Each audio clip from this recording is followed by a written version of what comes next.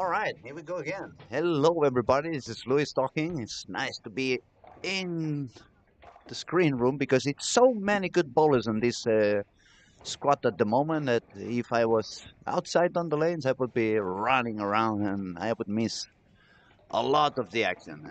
We're gonna have some guests a little bit later on. We're gonna during the week try to bring in also the PBA stars to do some commenting and let us know a little bit their point of view of what they see on the lanes and what goes on. But for those of you who have just connected, let you know we have Chris Baye on the lanes. No, sorry, Francois Lavoie is on the lanes. Ryan Barnes is on the lanes. They happen to pull together at the moment. They are on lane 1 and 2.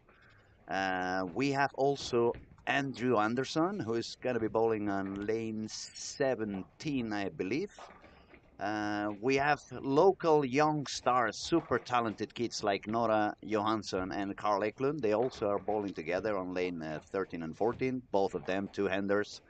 Uh, Plenty of power, plenty of talent. These two kids are, and in my next life, if I have to be a girl, I want to bowl like her. And if I want to be a boy again, probably I want to bowl like Carl.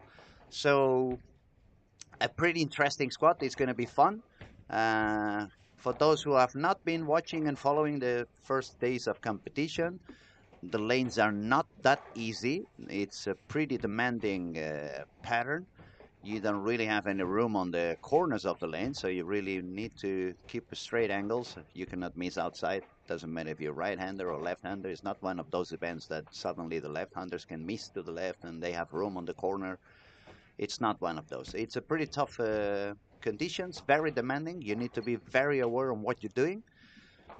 Pick up the right speed, pick up the right ball, stay on the right line, and that's only on fresh. As soon as the game goes on and transition shows up, then it becomes even a little bit more difficult and it can be even more demanding. More things about more things you should know about the event. It's we have turbo passes on game 5 and 6. That means if you don't make it to the final, but you are high enough on the score on that fifth or sixth game, you may find a free entrance into the final. We also have some free passes for seniors. We have some free passes for girls, and it's actually so many things happening. It's actually tough to remember everything that goes on. We have some people saying hello. So Jesper, you say you can't wait to play this weekend. Can't wait to see you bowl. It's going to be quite demanding. We see Mafe saying "Vamos Nathan." So yes, and also Unai is saying hello from Bilbao. Buenas Unai, un abrazo fuerte. All right, so Franz Alaba started with 3 in a row. Now Ryan Barnes is on lane 2, on to the fourth frame. He's bowling around 19 in the arrows. And the break point, in my point of view, after seeing the pattern and after seeing a few days of play, you shouldn't try to be any further out than. If I had to bowl, I would say I would keep my break point on 12. So because I could probably miss a couple of boards out and still would be kind of safe. You don't want to get any closer to 10-9 because then if you miss out, it's game over. The ball goes to the corner. It doesn't make it back to the bucket. And yes, at the moment I don't have any technician with me, so I'm going to take a little longer before I can give you some results of the whole tournament and general standings. What I can tell you is that the Malaysian PBA champion was the leader of the squad yesterday with 1370 something, and he's actually the leader of the full event. Second place was for William Spenson with 1352, that I remember well. And from there, the scores are going a little bit lower. It's not that many, not many high squads yet. Nobody has been even close to 1400. But probably on this squad, we may find someone trying to achieve them. Good news, everybody. It's not only one, but two technicians showed up in the room all of a sudden, so that's going to be even easier for me. And pretty soon, Victor Bach is also going to join us and do a little bit of commenting with us. He bowled a few more squats. so he can give us also some fresh information on how he felt on the lanes. Also, he has the information of, since he has bowled a couple of different squats and days and daytime, that also can explain us a little bit how it felt, how it was the traffic when he bowled with different bowlers and different time. Has he felt the lanes were longer, the lanes were faster, the lanes were shorter? It's a lot of information that we can ask the guys that they have been bowling already. Okay, let's focus a little bit on the big names. Big names, we have Andrew Anderson with 2 open frames by frame 4 on lane 17 and 18.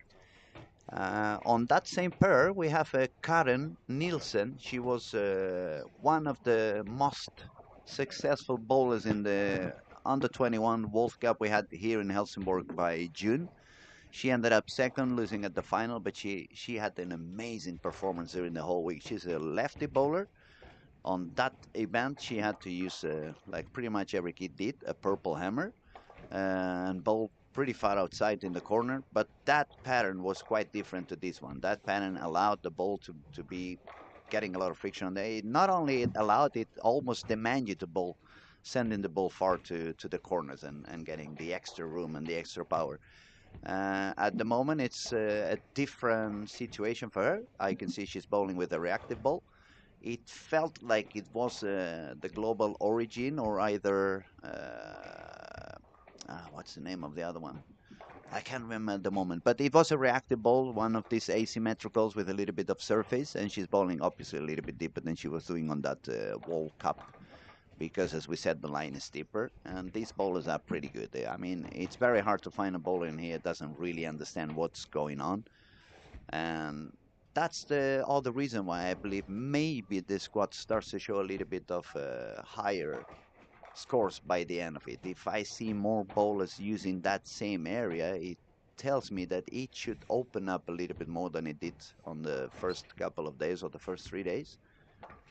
And like they say in Sweden, kanske, maybe we get a little bit of higher scoring. Okay, there's Karen making a shot on lane 18. She made a strike for 3 in a row, and she looks pretty solid. And she's a little bit old school. So those of you who don't bowl two hands and one hand, but you want to have this kind of very easy shot, very easy to control motion, and very consistent shot.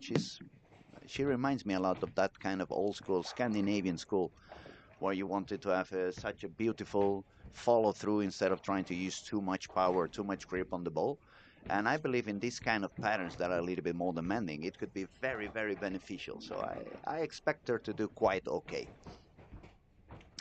PBA guys at the moment, Ryan Barnes is 4 pins under after 6 frames. He started with a big split on frame 1, then he made a double, 9 and strike.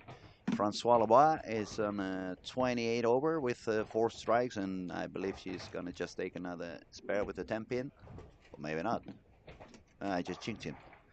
What are the odds that a PBA guy misses a single pin? Don't let him know I was talking about that spare, otherwise he's gonna blame it on me for sure. And then the Swedish kids, we have Carl Eklund and Nora Johansson. No doubles for any of them yet. I'm not surprised either, because both of them are really, really, really powerful bowlers. They have a lot of speed on the ball. They have a lot of rev rate. And when the lanes are a little bit more demanding, it can be a little bit difficult at the beginning to get enough room and to become, steady enough, consistent enough. They just have to get their rhythm. But yeah, they are bowling on 13 and 14. And if you have not seen them bowl before, I truly recommend you to go have a look, because they are spectacular. So, shall we say hello to Victor that is finally here joining us? Hello, Victor. How are you doing? Nice to see you again. Hello. I'm doing good. Good to be back here. It's always a pleasure to share a commentary room with you, buddy, and especially since you have been bowling a few different squads. I think you can give us a little bit of an idea. Have you felt any difference from one day to the other? Was the traffic really changing from one day to the other? I mean, if you look at my results, you'll see that maybe I liked it a lot better on day 1 than I have on day 2 and 3. But I believe, Uh, for example, you bowled last night, right? yes, correct. And it was a lot of new incomers into that squad, into that particular squad. There was a few of you that have already bowled, but there was a lot of them who were brand new, and they were Yeah. not super elite players. There was a, I believe it was a full club. They were all like medium level, so they had a little bit less understanding on how the lane should be bowled. And already on the warm up, you didn't know because obviously you were on the lanes, but already during the warm up, I was telling, I think this squad is going to be tougher. Because I could see already from the warm up, they were using some urethane and bowling all over the place, like somebody's outside, somebody's inside. So the traffic they were creating, it was quite chaotic. And instead of just building the lane and opening up the lane, it was like they were trying, not on purpose, obviously, but what was happening, it was the lane was becoming tougher and tougher and tougher. So I think that may explain why it was a little bit tougher for you last night, wasn't it? Yeah, and if anything I learned last night is how unforgiving this pattern can be, because I was struggling a bit in the first 3 games to actually deliver good shots, and that really punishes you on this pattern. So I think that taught me how important it is to be accurate here and deliver the ball as you want to, and it's not one of those house shots that One some of the people things that I usually. believe it could be very beneficial at the beginning, it's probably trying to be a little bit more behind the ball and roll it a little bit forward. For sure, Don't for stay sure. too much on the side so you don't exaggerate what the ball's response is going to be, and make it a little bit more easy to keep it under control, a little bit more easy to control. Yeah, for sure. Because especially on the fresh, the ball tends to bounce a lot on this pattern, especially since it's a bit higher volume. And when we're playing with the shinier balls, they become a lot more sensitive when Hmm. you add more rotation Absolutely. to them. Absolutely. See, we have some comments again. We have Jasper is asking, what types of balls do you see the most of? Urethane, pearl, solid. Uh, Actually, I would say when there has been more younger bowlers on the lanes, like under 21 bowlers, there was a little bit more of urethane, mostly the black hammer. Yes. But the adults, they are really starting with reactive, most of them, uh, kind of stronger balls, a little bit more of surface on it, a little bit more lower RG, so they start reading a little bit sooner and they are not so aggressive at the end. They are trying to get some early friction to try to get the control that kind of simulates that early motion that the urethane does, but obviously the urethane, when you have to bowl that deep inside, is not going to help you. It's not going to give you enough No. angle, even if you have a lot of rep rate, and especially since the non-allowed one is not in play, and that Yeah. could be the only ball that probably would do something from the inside. So we see a little bit of everything. As soon as the transition shows up, everybody's switching to pearl bowls so they can make sure that they cross the heads. Otherwise, it starts reading a little bit too soon. It's 30 mils, but it's only 30 mils.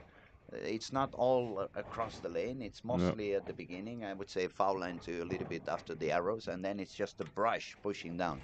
If you want to know more about the oil pattern, not only watch it, or you can see it on the web page. Victor is being so kind to open it up for me now, so I can let you know. Yeah, actually, from board 9, 8, more or less, side to side, it's pretty short amount of oil.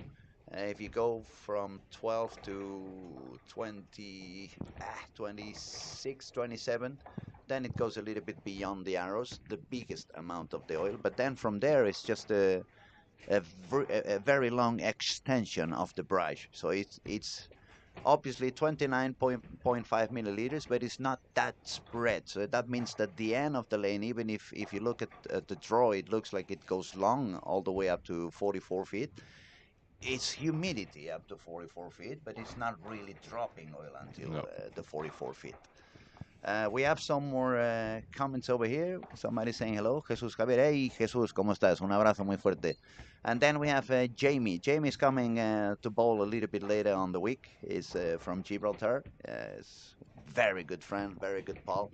And he's asking, no, he's actually commenting. Loba is making it look easy for right now. Hopefully able to keep up with the transition. And he Yeah. He's doing quite okay on fresh, but that's also what you can expect from a professional bowler, right? Yeah. PBA is already here. PBA bowlers are already here. They know how to read the patterns. They know how to adapt quickly. So you can expect them, and they will do okay on the fresh. But as very well Jamie says, let's see what goes on transition. And Victor can tell us a lot about transition because he already bought a couple of squads. And as soon Yeah. as you have moved from one lane to the other, it was sometimes you had to move back right, sometimes you have to jump a lot deeper to the left, and it has to do a lot with whoever has bowled before you on those pairs, especially when you go to real transition like game number 4. I mean, you're moving 4 lanes to the right or to the left. So that means after 4 games, you are 16 lanes away from where you started. So you have no clue what they were doing at the beginning with that pair. So obviously, the transition you really need to be awake, or it can really get you out of the right scoring instantly. Yeah. Yeah, for sure. It's because, as you say, it's basically just humidity after that first bit. That means that that oil is going to dry out very quickly when the balls absorb it, and especially the better the players we get, the further in we're probably going to get, because especially the American players, their solution to everything is just basically to move, Deeper and yeah, deeper, right? move deeper and deeper, and that's going to force everybody who wants to strike to move deeper and deeper. Do you know if Chris Lohan is coming about this year? I believe he is. I'm gonna double check that for a second. I think he's gonna be enjoying. I mean, he likes to fly the ball all the way down there, like he's playing basketball and making 3 pointers. Why we say that is because, as we say, we believe the squats during the week going on, it's gonna get deeper and deeper and deeper. So the guys who are used to fly the inside gutter and put the ball quite much deeper on the lane, they're probably going to have a little bit of advantage in this event. We have some more questions. Bernie is asking what time is in Sweden. At the moment, it's 3:23, as Jamie said. Yeah, 3:23. Okay, let's check on scoring. Ryan Barnes, 203. Andrew Anderson is struggling a little bit. He needs to double on the 10th frame to make 170. So, for all the amateurs bowlers out there, it's good for you to see that even the pros can have difficulties and even the pros struggle from time to time. Bowling is a very demanding game, especially the way it's coming now. You need to understand a lot of things. You need to take a lot of things in consideration, and those things can happen. Chris Bayer on lane 2, working on double, who is going to go on a 236, but he will not be the leader of the squad at the moment. We have a couple of guys who can score higher. For a fact, we have Dario Stein on lane 15 and 16. He's going to shoot 245, I believe. He's got the 8 split on the 11th. If his pairs is going to go for 246. If he takes one, 245. And then we also have a potential 240 game on lane 19 and 20 by Linus Schroeder, who has already made the double on the 10th. So he's already working on a 230 something. One more strike is going to put him on 240. And then our little ones, we have Carl Eklund, who's going to shot 194, no, 196. He got the strike. That was a very weird strike, but 196. And now we're going to see Nora, see if she can manage to double on the 10th frame. She can still make 220 something, which would be a very good game. Do you have the scores around for the girls at the moment, Victor? So we can let them know how is it looking for the girls who qualify? Yes, give me 5 seconds and I will have that Absolutely, up on absolutely. our screens in here. Also, if you like to see young, talented boys, I forgot to mention on lane 3 and 4, we have Andrei Prekop, is the kid from the Czech Republic, also a two-handed, very kind guy, very, very lovely person to chat to. Is very funny to see also in his Instagram. He does a lot of content and so. And he really can do a lot of things with the bowling ball, both hook it the regular way, go back up, and he's a very, very, very nice kid. Okay, we have Emma Friant. You say it that way? Uh, I think so. Yeah, French. But that's not the highest score. I think it's Emma Haltunen with the highest score from the females at Aha, 12:27. yes, yes, yes. Him managed to shoot 12:27. So as soon as she drops down from the regular cut, she would become the number one in the girls division. It's two of them who can make it into the final. Nora got a washout on the 10th frame, so she dropped down to 191. And any higher games than that, we had 235 at the end for Linus and 245 for Dario or Dario in Castellano. It depends. Do you know where Dario is from? I Sorry? Romania. God knows how they say it in Romania. If it's Dario. We'll ask him later on, so we can find out and say it the right way. And by the way, the voice you heard back in the background is one of the tournament managers, Mr. Daniel. I hope you find the time to sit down with us a little bit at some point, so you can evening squad. I take your word for that. So we can chat a little bit with Daniel. He can explain a little bit about the history of the Lucky Larsen and how it began, when it began, and it's always beautiful to know a little bit about the history. About this is going to be a major event for many years to come. Yeah, we hope so, of course. I'm pretty sure. I mean, the atmosphere and also another one of the persons we have to blame for that is your father, Victor. Yes. He has been a party animal when he was young, but after that he has becoming even bigger and bigger and bigger and organizing big things in his bowling alley, and it's always something going on down here at Olympia, isn't it? Yeah, I'd say regarding this event, I think it's always the best week of the year as a local, for sure. It definitely is. I'll tell you one thing. When I was younger, for me, the best tournament out there, or the best event as a bowler I could ever go to, it was the QBK AMF. It was a single World Cup back then.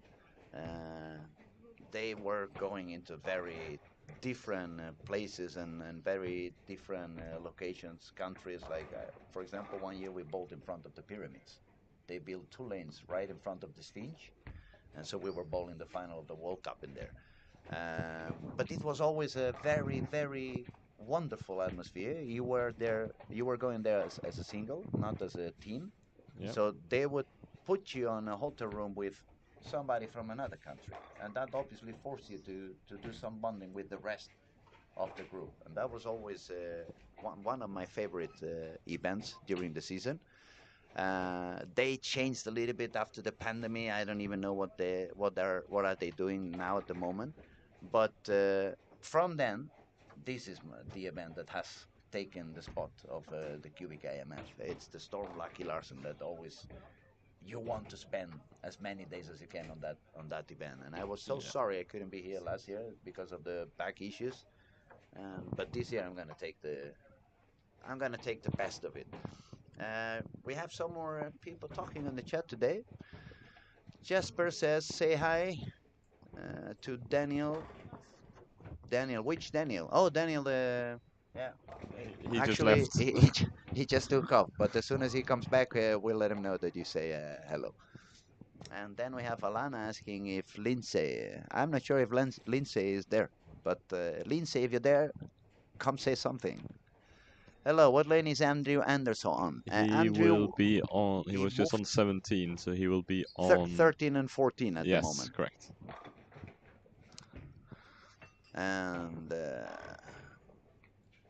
Ryan and Lavoie, they started on lane 1, I believe it was, so they're probably going to move left. Yeah, they are on Yeah, they 17 and move 18. left and they are on 17, 18. They are actually going to follow the traffic that Andrew has been generating. They're going to be following Andrew the whole squad, because if they're on 17, right after they're going to go on 13 and 14, where is which Andrew is bowling now. And it's going to be very interesting to see how Francois and Ryan deal with that 17-18 that has given some issues to Andrew. Yeah, I'm not sure what the other scores were like on that pair, but uh, his lane partner shot 196, so not crazy high either. So maybe 17 and 18 tends to hook quite a bit, especially 17 Yeah, and the in the other ones center. who were at 17, 18, since 1920 is on play, so it's the players on lane 2, which has to be Yeah, Ben Robinson and Christian Ascona. and And they they're have 204, 202, so not a very high game for any of them. So maybe 17 and 18 is a little bit tough.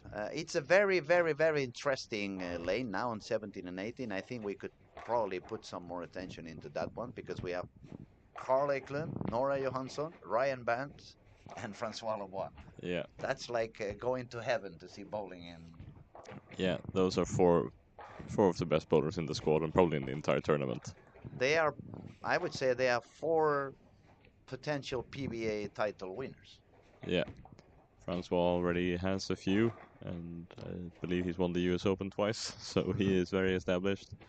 Ryan has been on quite a few shows. He finished second at the Players' Championship this year, and I don't think Carl has been to the US on tour yet, but Carl has not been into the US, but he's got the potential. yeah, I for mean, sure, he shot for sure, the Swedish record when he was 14 years old with which is insane. 1650 or 1660 in 6 games, which is unbelievable. It's 270 average. Yeah, And for those of you who are wondering what was he doing, he just bowled the previous squad.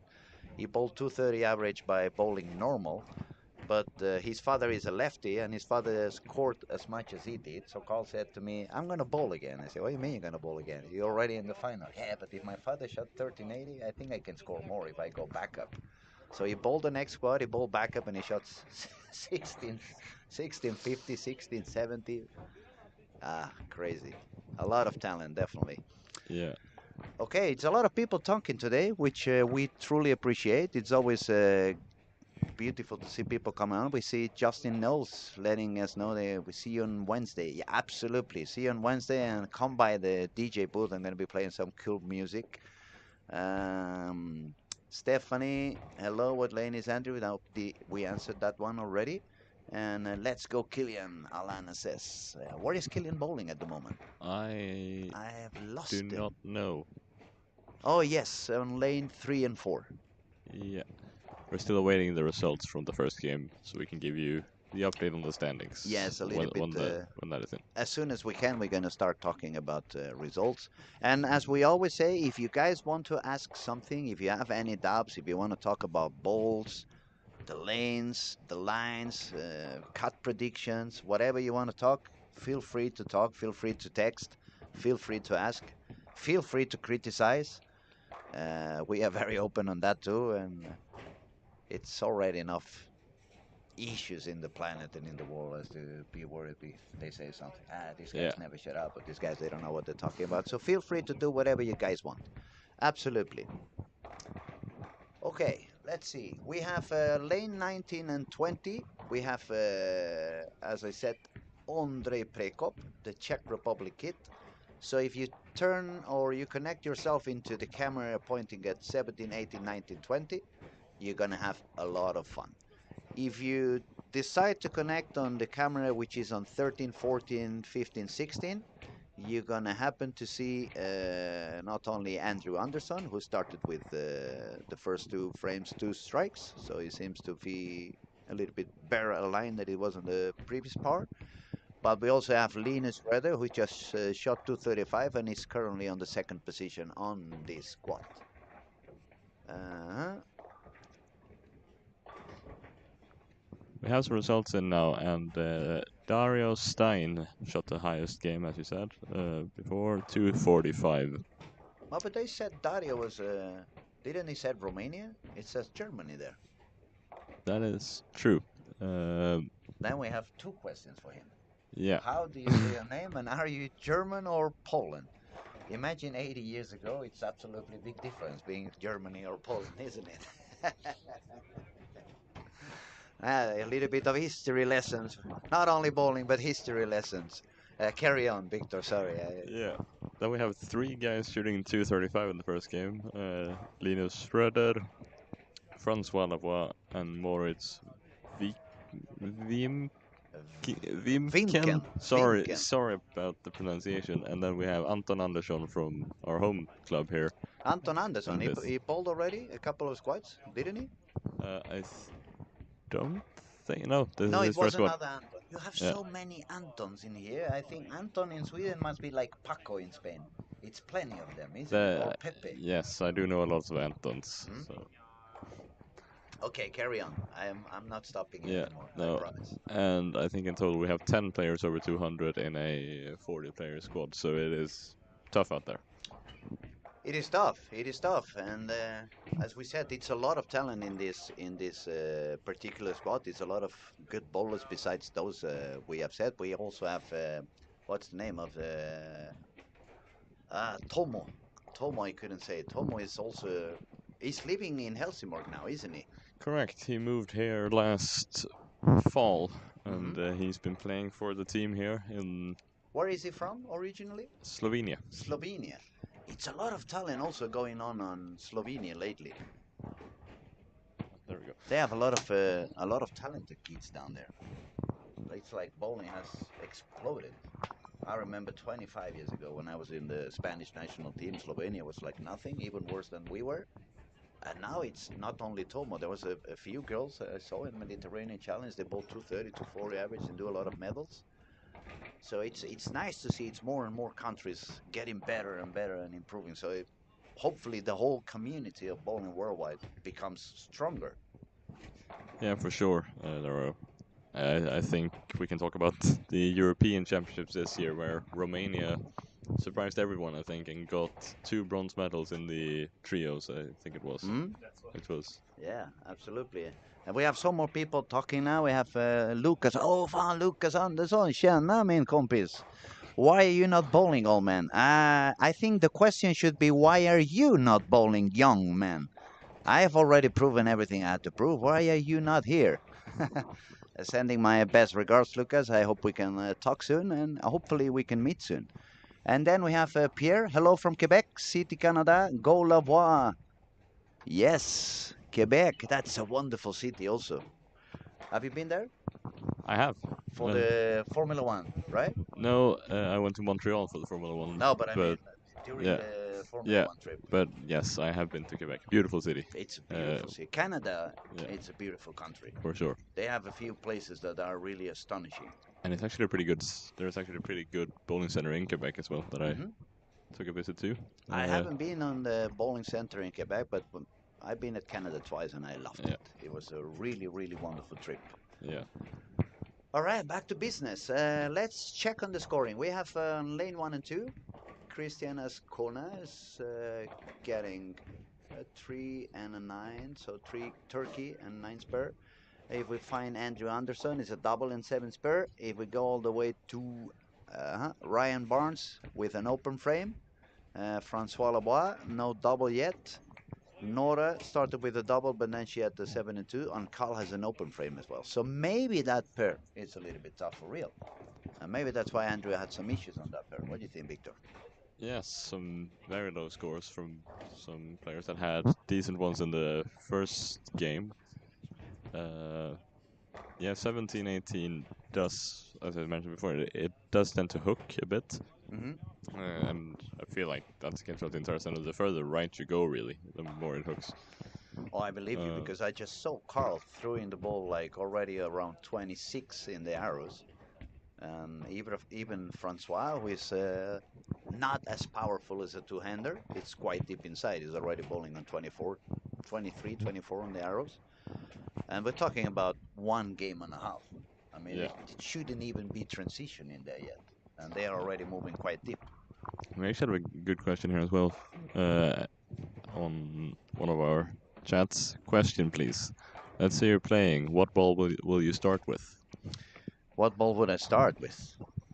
At the moment, if I had to bowl my rep rate, I would say if I grip it a lot would be around 450, maybe 500 if I really grip it a lot, but then I would lose some control. If I bowl old school, I would be around 280. Probably in this pattern, I would start with old school shots, so I don't have to go so much around the lane. Try to bowl a little bit straighter. And then I would probably try to go with maybe Ion Max, maybe the old reality. I would have to test because I really haven't made any shot on this pattern. But for sure, I would try to get the reactive that reads a little bit soon, at least at the beginning.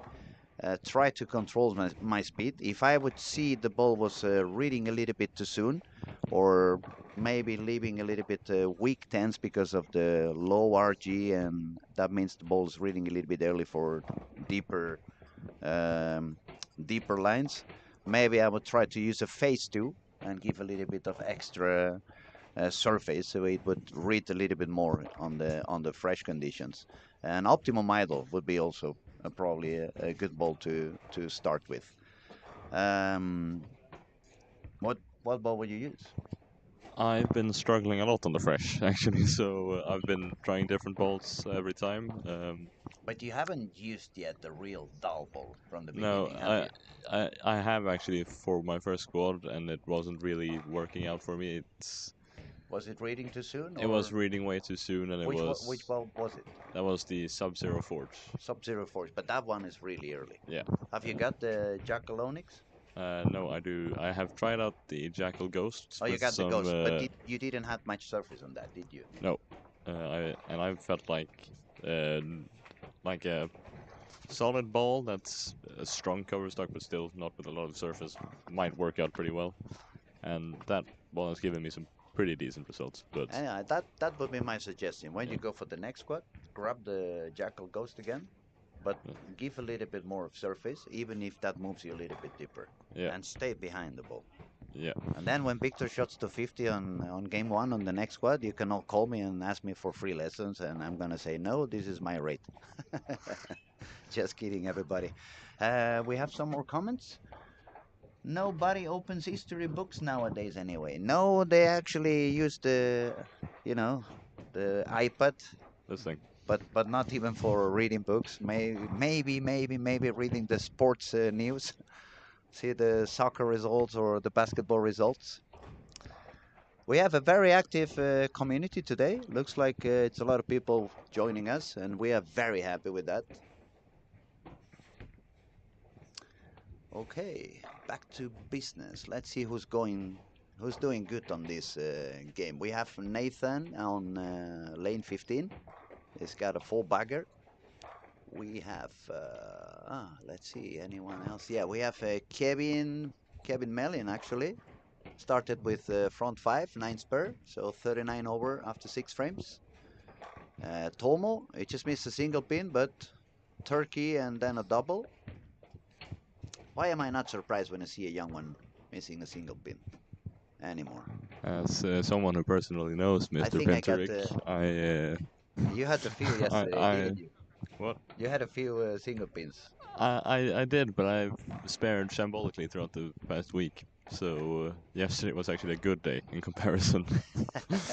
So But it's a tough conditions. It's a very demanding pattern. So yeah, I believe what's happening because we have seen professional bowlers also missing some single pins, and it's yeah, not that they don't know how to spare. I no, believe the situation is that after 4 or 5 games where you have been fighting with the lanes for so many hours and so many frames, and you get yourself into that difficulty, it requires so much brain yeah, energy and so much focus that when you get an easy single pin, probably the brain disconnects for those 30 seconds because you want to try to save energy or you're even focusing on what you want to do on your next strike yeah. shot, and then you have them missing that single pin and you go like, oh my god, now I'm missing the single pin also.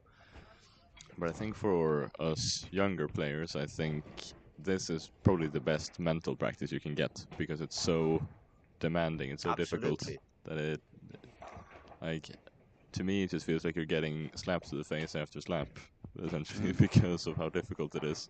And then all of a sudden you find something and you feel like a god for 15 minutes, and then you're back to square one again. Yeah. And it's so hard to get a few strikes, and then when you miss one pin you go like, god damn, and now I need a turkey again. It was so hard Yeah. to make a double and now I need a turkey. Speaking of tough times, 17 and 18, I'm seeing decent shots that are getting terrible carry. I saw a 710 for Francois, I think I saw Carl leave a solid 8, Ryan leave a solid 9, and now a split as well for Ryan. So No one of them is yeah, actually on the way to make par. They're all below par on that 17 and 18. So yeah, Andrew had a rough time in there, but now we can see why. We can see also in the body language, like I missed a little bit out and it went even further than I expected. I missed a little bit in and it hooks a lot more than I expected. They didn't find any hole either. and Christianos is in the room with us, so blame him here if you want to. Yeah, feel free to insult him on the YouTube as much as you want. We're not gonna let him see. No worries.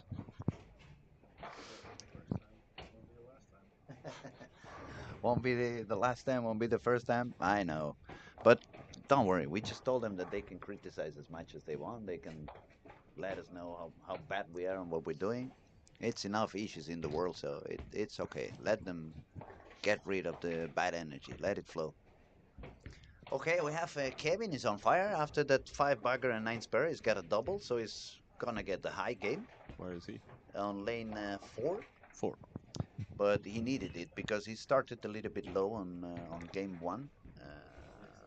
Let me see if I find him there on the standings. Kevin.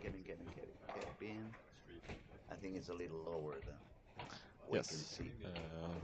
I don't find him, so it must be a little bit lower. He shot 162 in the first. 162. Well, he shot the same as Andrew. Yeah. So he can say, at least I shot as much as a PBA guy. Yeah. And now he's getting a little bit more strikes than Andrew, so he's going to be ahead of Andrew. Yeah. Andrew is having a really tough time, but he's got some strikes now at least. He's quite deep already. He's bowling on 20. Okay, that was around 24. Looks like But he's it's throwing looking in. solid. The body language is a lot better than it was Yeah. one game ago. And that looks All the like contrary that we can say of Carl and Ryan. They are looking like, please let me get out of this pair. The sooner the better. yeah. Looks like Andrew was throwing in Iron Pro Solid. Is that what it's called? The blue one? We have seen quite a few this week, right? It's Yeah. probably the ball that we have seen a little bit Yeah. more in the lanes. But they all keep it shiny from what I've seen.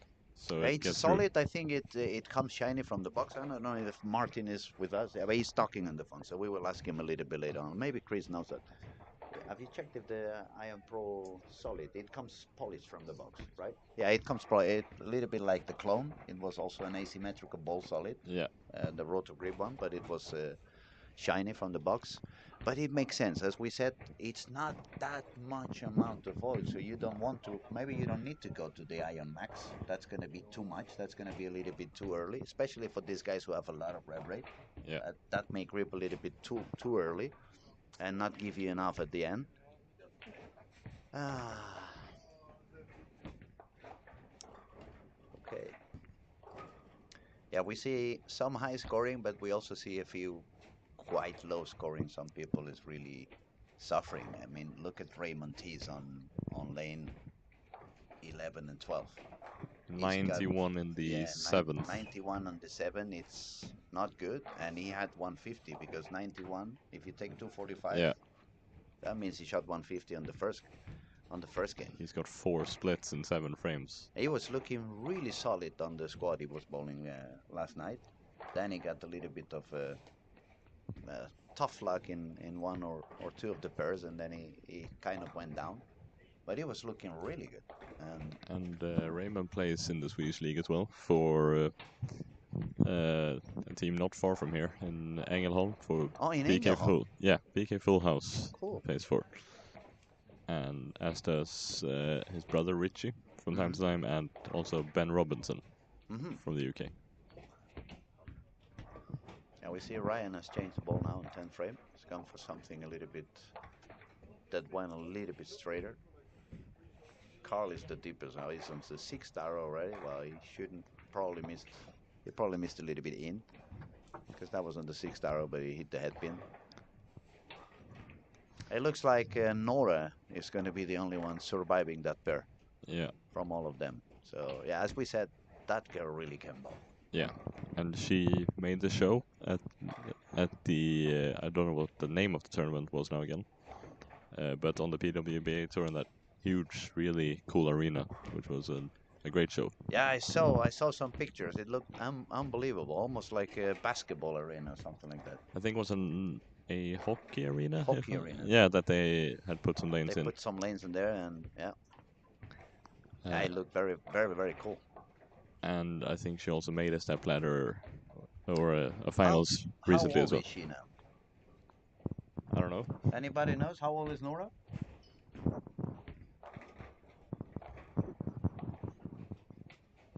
Around 20? A bit more, I think. Yeah, She's 12? 22. 22. 22. So she's got another 15 years of career ahead. Easy. So she has plenty of time to win quite a few professional titles. Yeah, And I'm expecting she's going to have a box full of golden medals of European championships and Nordic championships and world championships by the end of her career. So she's going to need to buy a lot of cleaners to take the dust away from so many medals. We got some people in the room that could talk about it. How many medals you guys clean over the week? Martin, Patrick, over the week. Yeah, you have to take the dust away from all the gold you have been winning during the years, don't you? A few ones. My mom is very happy I never played for Sweden. She's like, I would never clean so many medals and so. All right, we have some more people talking. Let's see. Uh, WB Bowling. Athletes, it's no purples. No, it's no purples. No purple rain. We have given the week off to Prince. Prince is not playing any music this week. It's only going to be me and Oscar. Oscar's going to do rock and roll, and I'm going to do whatever I want. Then we have Sealants. My purple hammer sucks. It probably meets the 78D hardness spec. What have you done with your purple hammer? It would be the first time I see or I hear about the purple hammer being harder than 60. That is unbelievable. Can you send us a piece of it so we can send it into a lab? I don't believe your purple hammer is any harder than 60. Wow, wow, wow. I'm just obviously joking. Don't don't get too angry. Actually, Sealan says 23. I think. I believe you're answering to Nora's age. Is that true? And we have Bernat is also talking. Bernat is a very talented young guy in Barcelona. He's bowling two hands, and I'm hoping he's showing up and bowling up here at some point. He does it so easy that he actually, when I see him bowl, he makes me want to bowl two hands. Let's see what he says. Hello, Luis, and everybody from the organization. Having a great time watching the series and learning a lot with the educational commentary and the insights of the people you bring to the cabin. Oh, thank you, Bernard. We appreciate it. Muchas gracias, Chatu. We hope to keep doing that and bring more and more interesting people to talk to, and so we can learn and yeah, try to get. We're trying to get the best as we can. Uh, 23. Yes, please do take my purple boat anchor. Are you going to be in the bowling alley these days? I have to know who you are. I already like you. Victor, follow on the scoring. yeah. Don't let my crazy chit chat. We are beginning to finish this game off, and we have. I don't see a lot of high games. I see Christian Ascona, and who is he bowling with? Ben Robinson. Ben Robinson. They shoot 222 and 220 to 227. 20. Both of them on 26 and 29 over. Andrew is recovering nice. He's going to shoot 220, 256 on That's 13 and very 14. nice. Very nice. He's going to be over par with that. I believe Ryan and Francois are going to be very happy that they're switching to 13 and 14 after they see Andrew shooting 100 pins more from the pair they are standing on to the pair they are going into. But they still salvaged 190, both of them. But that's one of the good things. That's why we keep encouraging the amateur bowlers to try to understand a little bit better the game, so you can find some solutions. And even when you are struggling a lot on one pair, you don't go down to 140 or 150, which is very hard to go back afterwards. But if you still make 190, 190 something, then it's not that expensive. You can still recover from that easily. Okay, let's see. 244 is going to be for Andrew. So he's going to go is going to move to par, which is good news for him. And yeah, we're going to have to wait for the scores to refresh so we can do a bit of scoring update. Andre is not having a easy beginning either. If he strikes out, he's going to be on 400, I believe. What did I see? Yes. Yeah, 407 if he strikes out. If made the first one on the 10th frame. And that pair is very low scoring overall in this game. I see 157, 129, 177, and potentially twos. 201 Yeah, with a 201. strikeout. So 17, 18, 19, 20 doesn't seem to be the place you want to be at the moment. Definitely not. And that's before transition. What's going to happen on game 5 and 6? Should we make some bettings? People who is listening and watching, do your own predictions. Let us know what you think is going to be the highest score on game 5 and 6 on those those two pairs, 17, 18, and 19 and 20. If any of one texting gets the right scoring, I'm going to give you a free ball by myself. I will give you a free ball. And it's not going to be purple. I don't know the color yet, but it's not going to be purple.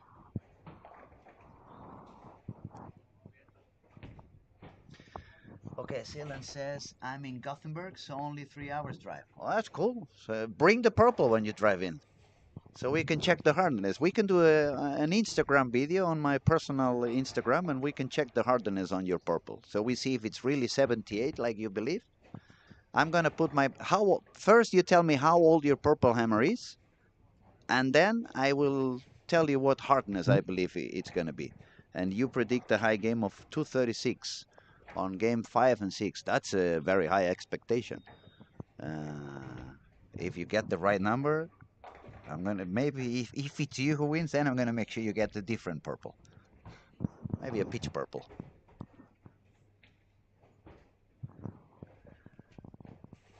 Robin, 232 high game. People is quite positive on the scoring. Well, who am I to talk? I said 1350 on the cut, and it's looking like 1350 is gonna make top 8 at the moment. I think we have two players above 1350 overall. And Only William and Hakim.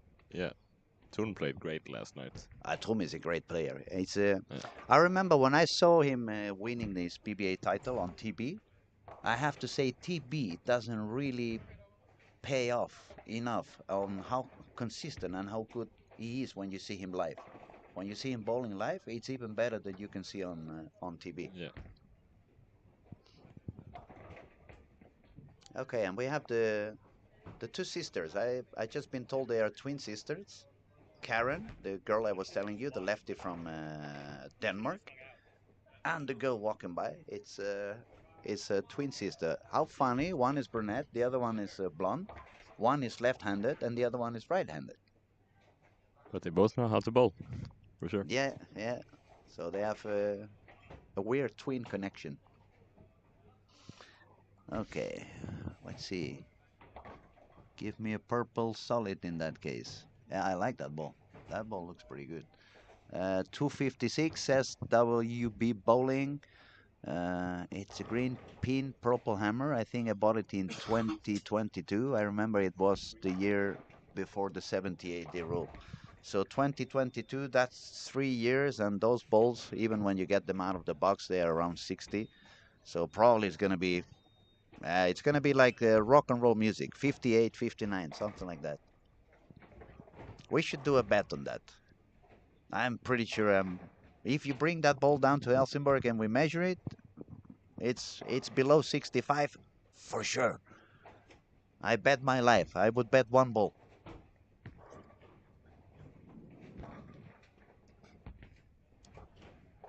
Okay, let's go back to the scoring. Let's see if we can refresh and see how it's going at the moment after 2 games. It's not that many high scoring, even if the talent in the squad is unbelievable. But yeah, as we said at the beginning, the pattern is a little bit demanding. It doesn't really pay out if you're not that consistent. So we have Dario is still on the lead, was 245, 221. So it's 66 over. Is clear ahead the next one, which is Linus with 434. Francois Lavoie is 430. Christian Azcona with 429. Ben Robinson, 426. Daniel from Germany, 422. Andrew made all the way up to 400 already with 406. Andre, who did a very good recovery at the end of the second game on 19 and 20. He also moved all the way up to 406. Then we have Moritz from Germany, 405. Peter Hellstrom, 402. And Sophie Nielsen from Denmark, 400. So that makes it 11 bowlers over par out of 40 people. And we are starting game 3. We probably start to see a little bit of transition in the middle of this game or by the end of this game. Scorings that are a little bit surprising at the moment, I would say for sure. Raymond Tees with 320 after 2 games. That is proving that the lanes are not that easy. That is quite surprising. Let's see what else do we have. People that we know to be very good and not performing at the moment that high. We have this one over here. Let me see. Tomo, which we already said is a very good bowler, young, talented. He's only on 360 after 2. Karen, the lefty I was talking about from Denmark, she's only on 350. So the right-handed sister, it's leading her by 50 pins. I don't think they fight so much between twins, right? They love each other no matter what. And what's going to be very interesting also in this game is what Ryan and Francois are going to be doing on 13 and 14 that they proved to be a little bit easier than 17, 18 when Andrew got into that pair.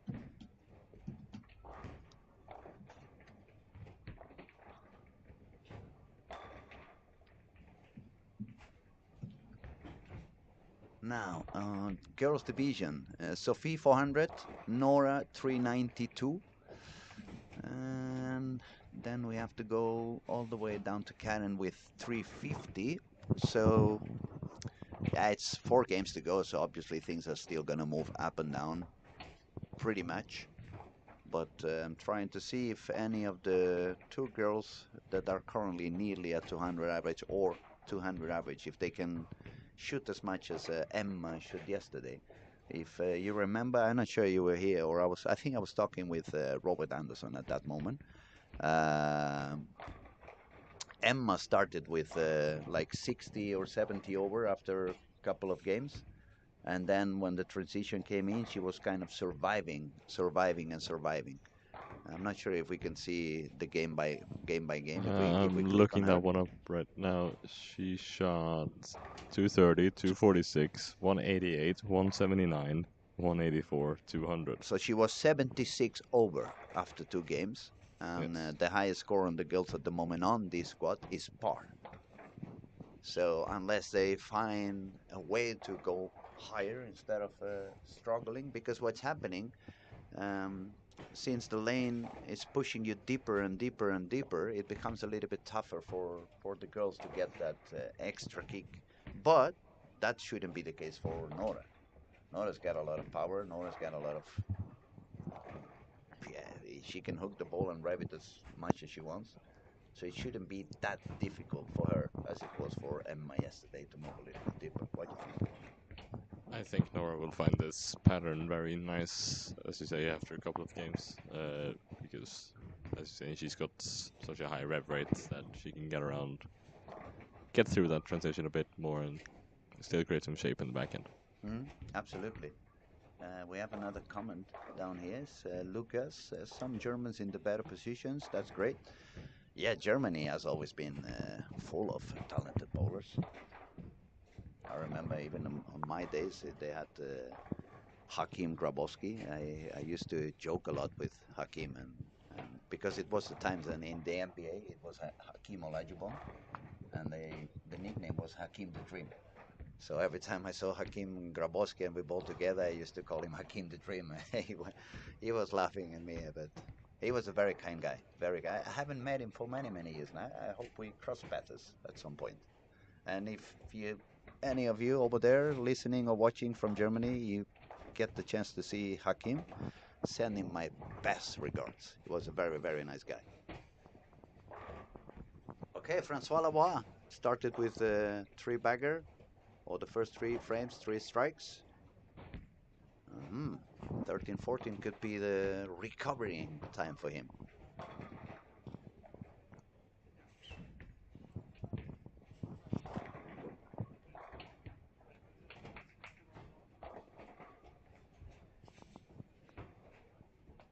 Yeah, Carl is really looking.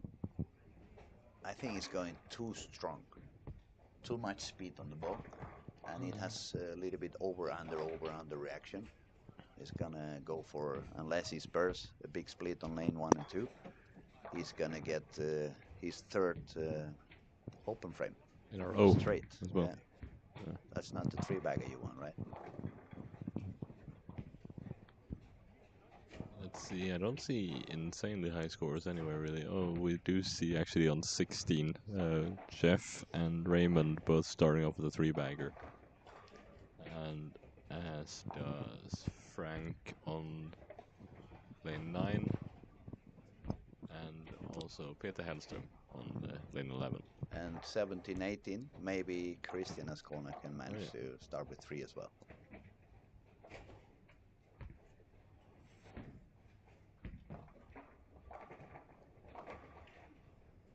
Oh, trip in the 4-pin. Christian has come a long way as well from Peru. Yeah.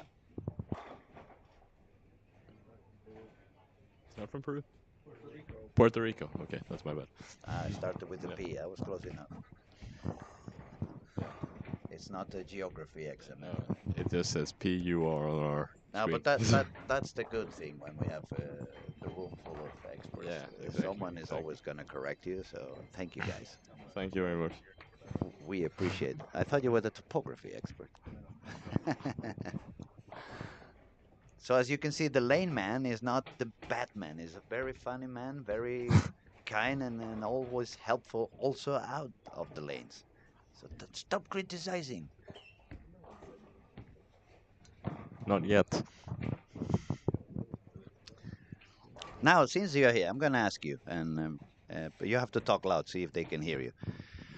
When do you usually get more critics? During the competition or as soon as the final is about to start? I mean, the end of the squads when people realize, fuck, I'm not in. Both. Both? Yes. Same? Constantly. Constantly. Never ending. Never ending. Okay, that's a profession I'm not going to do then. I'm not going to be an oil profiler. I have enough insults already as a DJ. Why don't you play that song? Why don't you go to another nightclub? For those of you who think like, hey, why is he say that? I'll put you an example. When you go to a sushi bar, you don't ask for a pizza. So when you go to a nightclub and they are playing techno music, you don't ask for reggaeton. It makes sense. At least to me. What do you think? Does it make sense to you?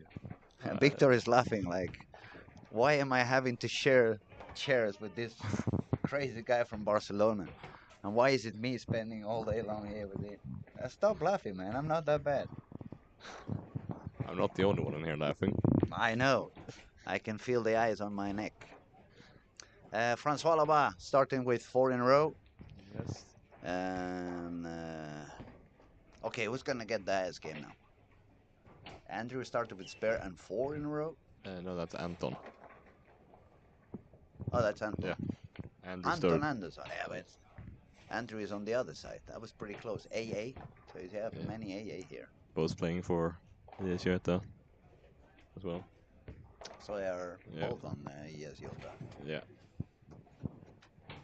No one from Pergamon today, is it? I don't see anyone with. And no one from Clan either. Tomorrow night is going to be full of Pergamon. For those of you who are not in Sweden, are not that used to the Swedish National League, probably these are the 3 strongest teams. Pergamon, with a lot of victories in the last years. Clan, trying to give them some work by using a lot of urethane, unless I'm wrong. and EOS Gotha is a hometown here from Helsingborg, and you guys are getting stronger and better, right? Yeah, getting some new players out of the season as well, which is great. It's going to be a very interesting season in Sweden with the National League. It's only 10 teams now, not Yeah. 12, so it's going to be even harder to compete. It's going to be even harder to win. Yeah, and as Robert was talking about yesterday, the playoffs are also being a bit expanded in a way. So now Mm. it's 1 and 2 are safe to go to the playoff, and 3 to 6 are gonna be playing a playoff before the playoff. Mm. You could say. And I believe, since Mr. Backe is in the house, I believe you guys are going to do some of the league matches, Elite Series, on these YouTube channels we are streaming at the moment, right? Yes, we tried with a couple of the premium matches between Göta and Team Pergamon. Mm-hmm. And we also did some other finals and PBA Sweden. And we're looking So into maybe... PBA Regional Sweden is also shown on this channel. Yeah, it is, yeah. And we're looking into maybe find other fun Other fun events. content and We also events actually did the Youth World Cup was also on that platform. Lovely. So in the future we were looking into other tournaments, matches and other stuff, and hopefully also some interesting educational videos. And at the moment it need to subscribe. So we just tell everybody subscribe, use it right now. You just need to click. Yes, this is actually a really important thing for us financially, because for a couple of years ago we charged for broadcasting the finals here in Stormlight Larsen Masters. Mm-hmm. And that made some important money for us. But then after a couple of years of doing that, we let it open, so it was for free on YouTube, so we can get more viewers. Mm-hmm. And instead, though, if we reach more subscribers and more viewers, we can get some kickback from YouTube. So that's our future plan, to grow bigger the whole sport, and also get some money from YouTube instead of from bowlers. So in a way, what we are telling you guys is, if you subscribe, if you like the content that you're watching and you want to see more bowling for free, the only thing you have to do is subscribe. That's going to make the channel grow. That's going to make YouTube support the channel. And then we don't have to charge at all for any of this. So you can have the best bowling available and you can have it all for free. And the only thing you have to do is just click on a button, subscribe. That's it. Yes, and of course watch. And watch, yeah, we need the viewers. Otherwise, we're talking alone. Thank you very much, Patrick, for the information. We appreciate. Thank you. And back to the scoring. Francois Loba started with the front six on lane 19 and 20. We have some contender. We have some guys. It was WB Bowling set 256, but we were talking about game 5 and 6, but we have to be kind. If they bowl 250 or 260 on game 3, I think we're going to admit that the score could be high already on that pair anyway. Patrick Hennen in lane 17 and 18 already with a spare, and 4 in a row, which I believe 5 in a row, I think. 5 in a row at the moment. Lefty. It's some more strikes going on this game 3. Maybe people is finding their spot. Maybe they have found, the speed, the release, the bowl, the room. It looks that way.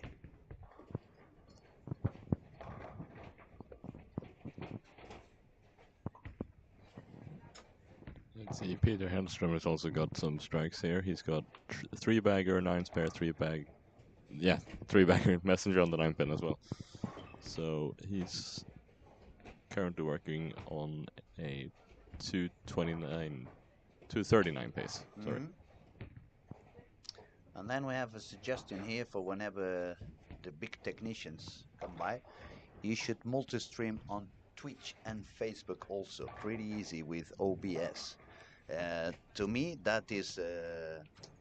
I don't really know anything about this. I only grab the mic and I talk about what I see on the screens. But I will let the people in charge know that it could be an option, and maybe they can find out about it.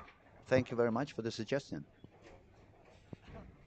That's a job for Jonathan, if anything. Yes. So whenever Jonte is back, we will let him know.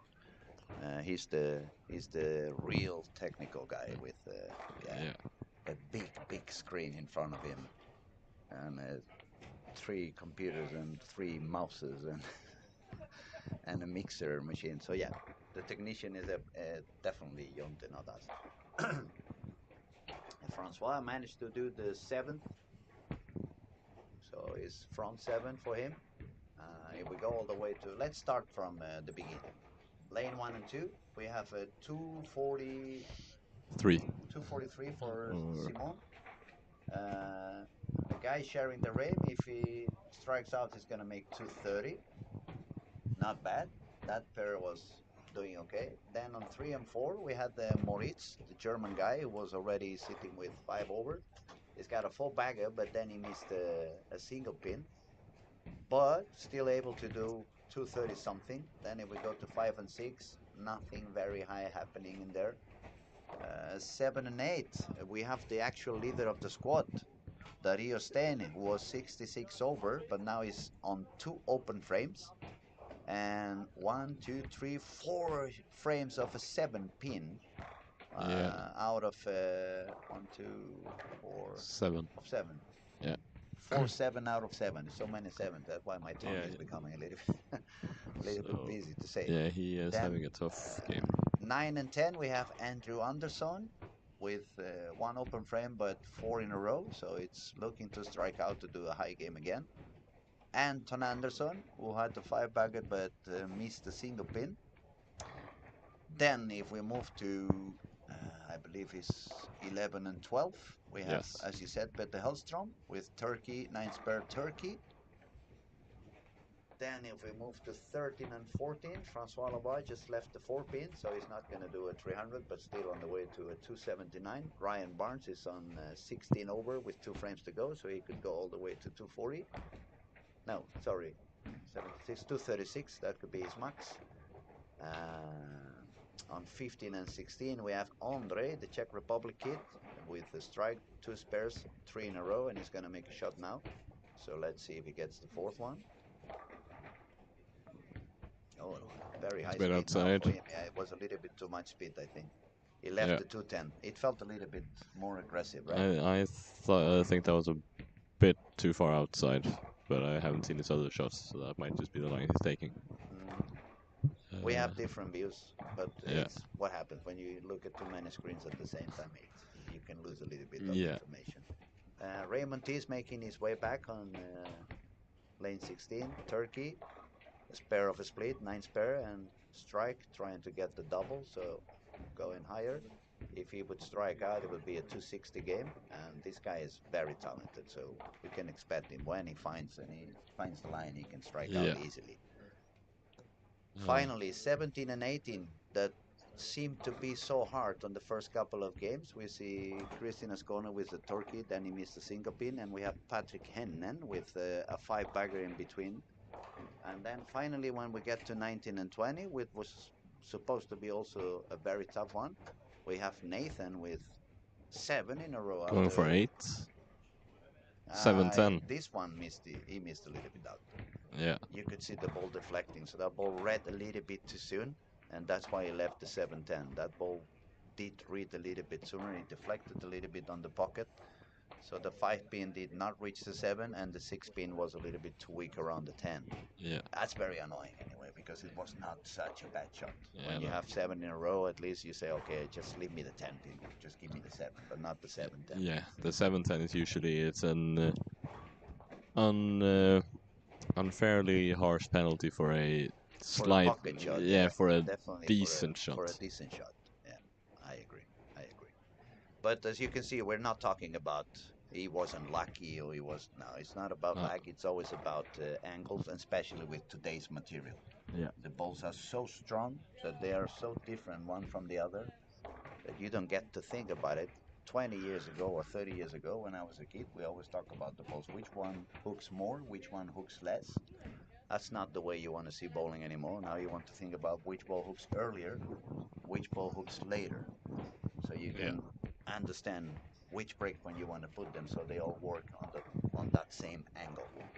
Yeah. Okay, 243 for Simon. That puts him on lane 1. Managed to go back to the par with 611. That's the highest score on the first 4 lanes. Actually, on the first 6. Yeah, on the first 6 lanes is going to be the highest score with 611. And that includes Carl Eklund with 535 and Nora, she shot 206, so she's now only 2 below the par. Sophie, which was the leader with a par on the girls' part, she's having a tough game now on the way to 150, 160, so she's gonna drop down a little bit. And her sister was bowling on. I don't see her. Where's Karen at the moment? Oh, quite over sure. there, working on a 190, or if she doubles, 200. Yeah. So the sisters are going to be below par at the moment. And Nora is the highest girls score at this point on this squad. Um, Actually, Peter Hellstrom has a good chance to strike out for 279 here. yeah, and the same for Francois in 13 and 14. Raymond Tis could do a 260 also if he strikes out on 15 and 16. I'm gonna leave the mic over to the big boss. And Sounds good. Sounds good. Your mother's coming. yeah. But it's always a pleasure, Victor. I thank you very much for your comments and all the information you're giving us, especially with low memory I have. You always are quick on finding the scoring and reminding me, and also for sharing the information on the squads you have been playing. It's So my pleasure. We'll keep on talking to you pretty soon, and best of luck when you bowl again. Are you bowling again today? I'm bowling tomorrow. Tomorrow. Yeah. Then best of luck But tomorrow. I am bowling a practice match today, actually. So that's why I'm leaving. Okay, that's why you have to go. Yeah. This guy's bowling every day. You're gonna get good, man. Thank you. I hope Best so. of luck. Thank you I'll see you very much. tomorrow, buddy. I'll see Take you. care. Take care. Okay, and now the main source is gonna join us. The master of the Planet Olympia bowling, Mr. Patrick Backe. It's a pleasure to be with you, buddy. Thank you. Nice to be here. I actually have a little bit free time here. It seems like it's been a couple of really interesting and fun starting days here, and I got so happy when I saw this squad. I mean, I think this is it's actually close to record with entry fees already, but this squad we counted, I believe, that we are. For first, it's packed. It's 40 people playing, and that's not very common on a Monday, 3 o'clock. So we're very happy about that. Working day. So And then we were called to count how many different nationalities we have in this squad. It's amazing. I believe we are at 11. let's see. We have Germany, Canada, Puerto Rico, England, United States, Czech Republic, Sweden, Netherlands, Denmark. some more Czech. Albania is also there. Norway, Romania, Canada. Jonte, move it a little bit down so we see if there is any other. Canada, we have Frankie, that's bowling good also, yeah. Belgium. It's quite a few. Yeah, it's fun to see that we have so many different nationalities that actually take their time and their efforts and go here and visit us and try their best in this tournament. But it's a lovely event. I mean, I was telling the guys earlier, the viewers and the listeners, I remember when I was younger, my favorite event during the year was the Cubic AMF. It always brought that kind of bonding between bowlers. You mean the Cubic World Cup? The World Cup, the one that was a single event, because you had to share a room with a bowler from another country, and that kind of forced you to become friends from the beginning. And at the moment, this is the event that has substituted that one for me. I mean, to come up here, you always meet so many friends from all over the world, bowlers that you have been sharing your career with. You met them in world championships and stuff like that, and then when you get here, You can see it not only on me, but you can see it on everybody. Yeah. You The big just, difference though is that it's their sons and daughters now. yeah, that's true. We're getting a little bit old. Yeah, World Cup was actually a really nice inspiration for me. Also, I worked on that World Cup actually 3 years as a pro shop operator and working for Cubic AMF, I and it remember that was in yeah. Riga. It was. I was in Riga, yeah, and I I was I saw you then. in Portugal and also in Thailand, and Hmm. great events. Like I said, a lot about friendship in these events, and a lot of getting to know each other through different Camaraderie, nationalities. we could Yeah, yeah, say. Yeah, a lot yeah. of nice environment. Not that much. Not only about competition, and that's one of the things I think this tournament is so good at. It's not only about competing. It's not only about getting a PBA title, but it's everything around it. When you have the friendly golf competition, when you have different seminars like this year, you had the mental game seminar. Then you're gonna have Matt McNeil doing a couple of equipment Seminars, yeah. seminars and layouts, And and Christy Jonas from Christian Canada. Jonas is going to do some about oil profiles, and Yeah, so yeah. This is actually one of the ingredients in the tournament that we uh, really want to succeed at. I mean, of course, the tournament has to be as big as possible, as big prize fund as possible, and also really important that we have the best conditions for all the bowlers because it's the PBA title, so everything about that has to be as perfect as it's possible.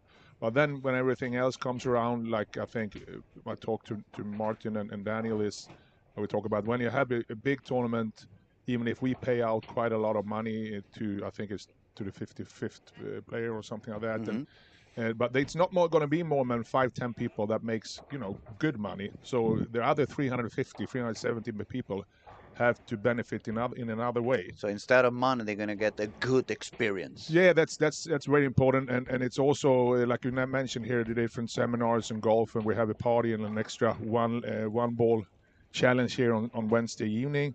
It's Hmm. also about meeting people. I just come from the phone with the Swedish Federation. They're going to hold their meetings here this weekend that's coming up. We had also the Swedish Bowling Proprietors Meeting. organization. They're going to hold it here. So a lot of Nice. people decide to go here, even if they don't bowl in the tournament, to come here and do their meetings and see what's happening in the bowling world and meet up with bowlers from the whole wide world. And that's something that makes me really, really happy. It has to be. It has to make you very happy because, as you very well said, I believe when you think, oh, I have to do a PBA event, I have to make everything, I have to make sure that everything is perfect. You know, it's professional bowlers, they require some standards and so on, so on, so. But also, I believe the quality of the staff and the employees you have in the bowling alley, it gives you enough confidence so you can concentrate a little bit also on all the surroundings. You can leave your staff taking care of the lane, the machines, the bar, and then you can focus a little bit more on what you are really have been a superstar all your life, which is the public relations. You Yeah, have always been an open person, kind to everybody, humble, and you're very good at connecting other peoples, not only connecting them to you, but connecting between them. And yeah, that's one of the big success you have also in this event. yeah. I It's think more than bowling. I think it's very important that you have great staff around you. That's one of the most important things when you're a businessman as I am, and that have run a lot of different businesses. But the employees are always your biggest and most important access, as it says. So I have a great team here, and I'm so thankful for that. And then together with Martin and Daniel, we have a really good uh, balance. And then we also have a couple other guys that helps out always. We have Jonathan, that's a great person, and also that fixed a lot of things that you don't see, but they get fixed technically wise and other things. We have, I can mention a lot of people around in this group, and also I can see on my staff that even if they work really hard these 10 days, I can see in their eyes also that they are proud and they are happy to be part of something different, something that stands out, and that makes them more confident and more proud. So it's an important balance through the whole team. I mean, if I explain, for example, in my own experience, I think this is the one and only place where I can spend 12, 14, sometimes even 15 hours when we have four squads And when I go home, of course, you feel the energy is a little bit lower. We're not 20 anymore, unfortunately. But you go home with a smile. You go home happy. You go home fulfilled. And I think it's because of that environment you guys created. It's some kind of chemistry, and it's wonderful. And that's why I keep telling all those who are listening and watching, if you have the chance to come up to bowl this event at least once in your life, it's more than worth it. And it's not only the alley, also the town. Helsingborg is a very beautiful town, especially in the summertime. It's not crazy hot like we have in the south of Europe, but it's not crazy cold like you have guys have in winter. So it's pretty nice temperature. The food is nice. The restaurants are nice. The old town, it's beautiful to watch. That big park you guys have in the middle of town, it's beautiful. About the castle, yeah. Yeah, exactly. Yeah. So it's a place where, and it's easy to arrive because not every place in Sweden it's easy to get into. No, I mean it's not long walks to anything at all. You can walk from the bowl to the city here in 15 minutes. You can walk to the beach in 20, 25, and it's very convenient in that way. And it's a town that I'm very proud of to be part of. And it's also one of the most important sponsors to this event is actually the city itself. It sponsors us with quite some money, and they help us out with a lot of stuff.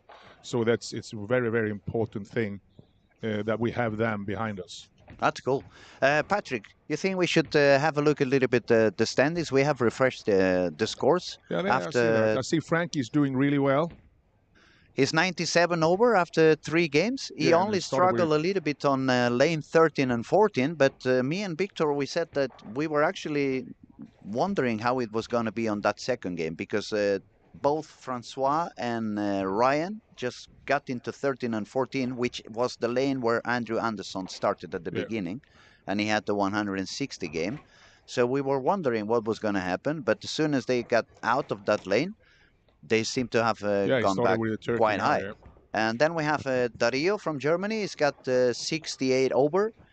Petter Hellström from Sverige is 60 over. And then we have Andrew Andersson, who is already 50 over after that 160 game on that pair I was commenting on 13 and 14. But now he seems to feel quite strong, quite steady, 240, 240. He has been bowling somewhere around 23, 24 in the arrows, not sending it too far out. But the body language is already telling us like he's feeling confident, and he had quite a successful season. Now when he started bowling for Global, it was a very good season for him at the PBA. Yeah, Andrew is of course very close to us here in Helsingborg because he has played for our local team, and I actually one of his sponsors. I sponsor 2 players at the moment on PBA tour, and it's Jesper Svensson and Andrew Anderson. So I had a pretty happy time here this spring when they both won a couple of really nice big titles. events over there. Yeah. Great people. I mean, I know how hard they work and how serious they are about their sport. So I'm happy to be helping them out a little bit and hopefully giving them some help. So Andrew is looking good now. He was struggling in the beginning. I talked a little bit to the guys that bowl with him. He stroked a lot actually in the practice. But it's something that happened, I see, through the first squads here, that it changes pretty quick. The changes even are if it feels pretty good, than... and you think maybe, I'm going to have a good start here, but just when you're starting, the lane starts to change. Yeah. So but he bounced back really well here in lane 2. Game 2 and 3. Yeah. Mm-hmm. But then we have the big names up there. I mean, I don't know that much about Dario, but obviously he's not the bad bowler. I mean, then we have Peter Hellström. Is I believe one of the bowlers that bowls the most in Sweden, and he's over 50 years old, but he is a great bowler, good shot maker. And then also Christian Ascona is also from the PBA. Yeah. So they're good bowlers up there. And then we have some of the locals and some of the people you brought also, or they have brought themselves into Helsingborg, like Tomo. He's struggling a little bit now. He's 60 under or 58 under. Is in the 26th position. But we have a lot of young talented bowlers on this squad as well. We have Nora. We have the sisters, the twins. The twin sisters from Denmark. We have Carl Eklund. and we have the guy from Czech Republic. Now the name has gone away. He's gonna kill me when he listens to. I forgot his name. Andre, yeah, he Andre. bowled really well. I think it Andre. was his second squad or something. Yeah. Yeah. Yeah, he had a big success here also in the Youth 21 World Cup we had here in June. So he's getting there. The Czech players are improving a lot. I like that. They have a good coach. They have a good relationship with their players, and they seems to make a real run for it here now. They go to more and more tournaments. Good for them. It looks like this part of Europe has grown up a lot the last 4 or 5 years. Czech Republic, Slovenia, these countries down there. I remember 25, 30 years ago, they were even lower than we did. And when I mean we, I am talking about Spanish team, and we are always in the group of the bottom. We are never at the But top. we see some change, and I mean, I think there was a big breakthrough with Italy actually in Hong Kong. Mm-hmm. I believe that was in 2000, or maybe 17, 18. I don't remember. I was actually coaching there, but I don't remember the year. Yeah. But they won the team event there in the World Championships, and after that they have been really successful. They have a handful of really good players. We saw also now in Aalborg European Championship, Fiorentino Antonio Fiorentino. He's going to played come really here well. as He's well. coming here. We have Pongolino is great bowler also. Nicola, he's another great bowler. So I think maybe that's also one part that they can actually see that, because it's always been Finland is a great country. Denmark has been very successful, and of course Sweden. But we can see that if Italy can do that run for so many years, I think a lot of other countries also believe that, well, it's possible. It's possible to be kind of giving them the inspiration that it can be done. It I just hope so. requires a little bit of work, but it can be done. Yeah. All right, let's see what's going on in the lanes at the moment. We have Andrew, 5 in a row for Dario on lane 3 and 4. Oh, wow. Started with the front 5. Then we have on 5 and 6 Nora Turkey split double. So she's really working on trying to stay above the par. As I was talking to Victor when we compared the squad that Emma bowled yesterday, she had 76 over on the first 2 games. But then when the transition showed up, it was a little bit tougher for her to get the ball to work properly as she was moving deeper. And but we said probably for Nora is going to be the opposite. Probably for Nora, when she moves in, she's not going to feel that uncomfortable. She's got the power, she's got the reps, the ball's going to work for her. She's going to get the pins to fly anyway. It doesn't matter how deep you move her. So I'm kind of waiting to see what goes on by now that transition is actually here, right? We are on 4, 5, 6, the last 3 games of the squad. Obviously, the fresh, it's gone. The pattern is no longer what the machine did. Now the pattern is what the bowlers are doing with it. And it's going to be interesting to see how she manages on that. And then the PBA guys, they have spread a little bit around. Andrew Anderson is also on 5 and 6. No double yet. It's like even. No doubles. No doubles, no opens. open frames. And then Ryan and Francois, they were playing together. But I've lost them. Ryan Barnes had some problems this game, unfortunately. Which lane are they on? Oh, there, 9 and 10. Yeah. 9 and 10. And after that, Frankie also ran into some troubles with couple of splits. But strike again now, yeah. But that's what we're seeing. We're seeing this first 9-10 squads. It's very easy to get into troubles. And I talked actually to James Blomgren, that's one of the best bowlers here in Sweden. And he shot like, I think it was 80 over. The last squad he bowled here before he went back home. He's going to come back later this week. And he said, when I had it, it felt really, really good. I shot 270 and 250. And it felt like, oh, this is going to go really high. But then the other games, I had a hard time shooting 190, 2-0, because it was struggling. So it seems like the people and the players that can, take the chance when it's there, because the lane is going to have changing moments quite a lot. But when you find a good line, you better strike, because when you move lane or later on, it could be one night, it could be a good game instead.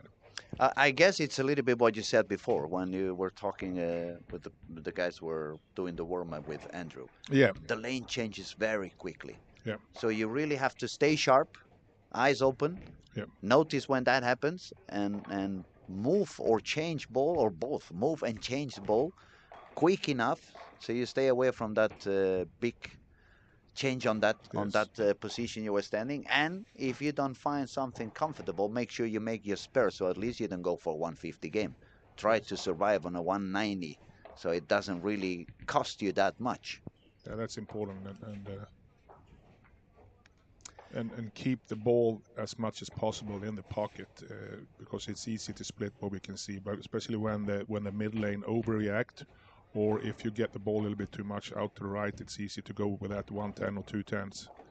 And for us, I mean, if you guys like the numbers and you want to see it, not because we are saying it or just because it's a matter of faith, if you look at the game by game, for example, Francois Loba 235, 195, 267.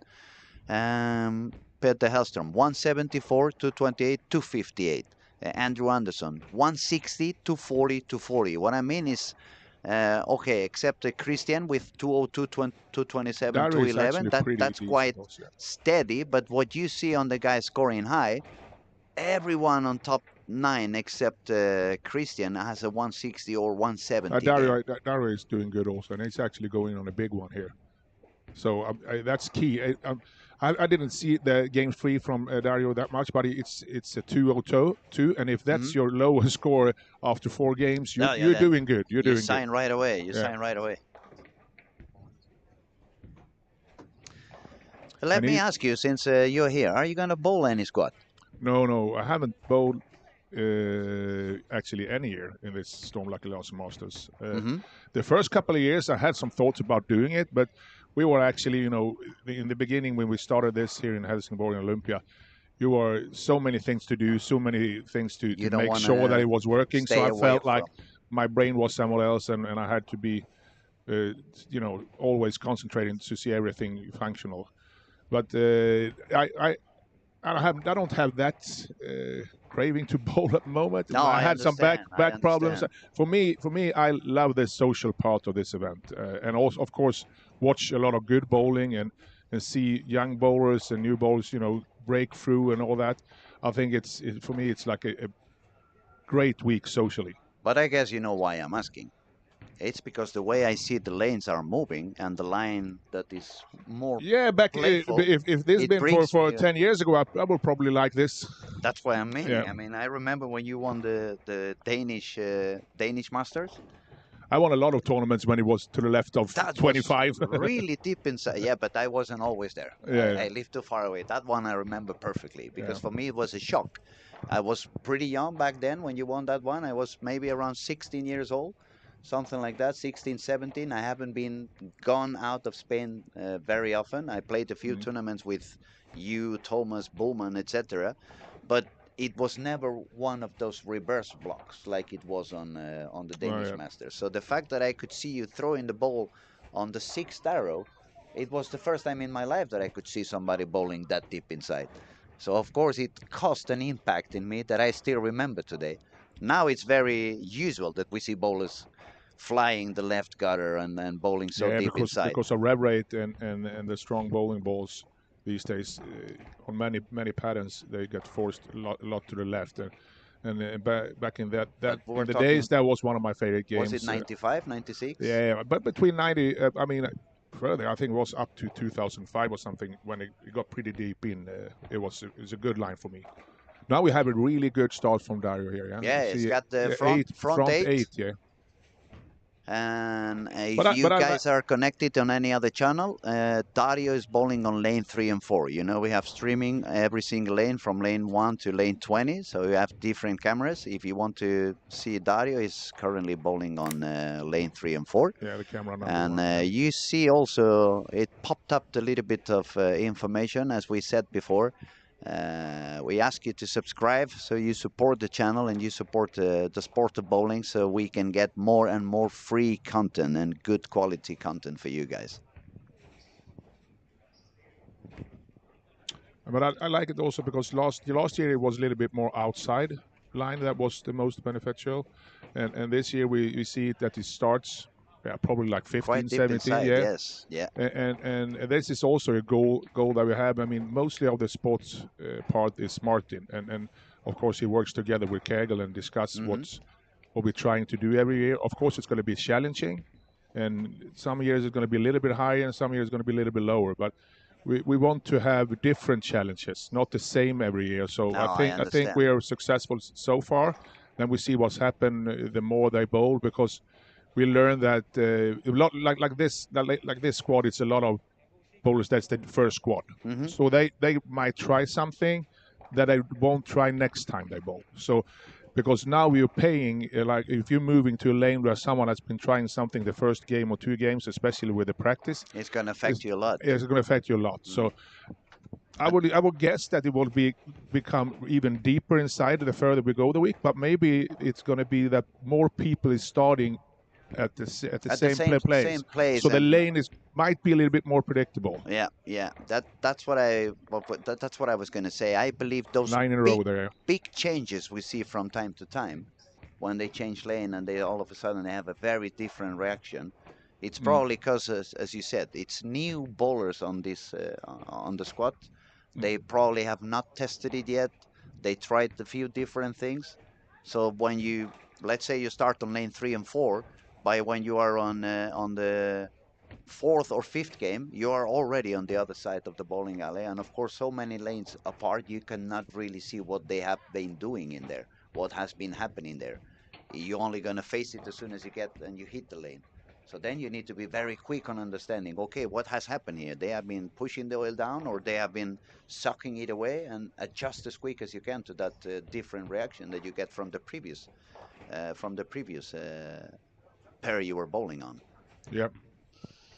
Okay, we had Andrew with we had a 9 in a row here. 236 on lane 5 and 6. So Andrew is now gonna go all the way up to 85 over, 885 for Andrew Anderson. And Dario is the guy to pay attention to. Yes. Potential. We could have our first perfect game here, actually.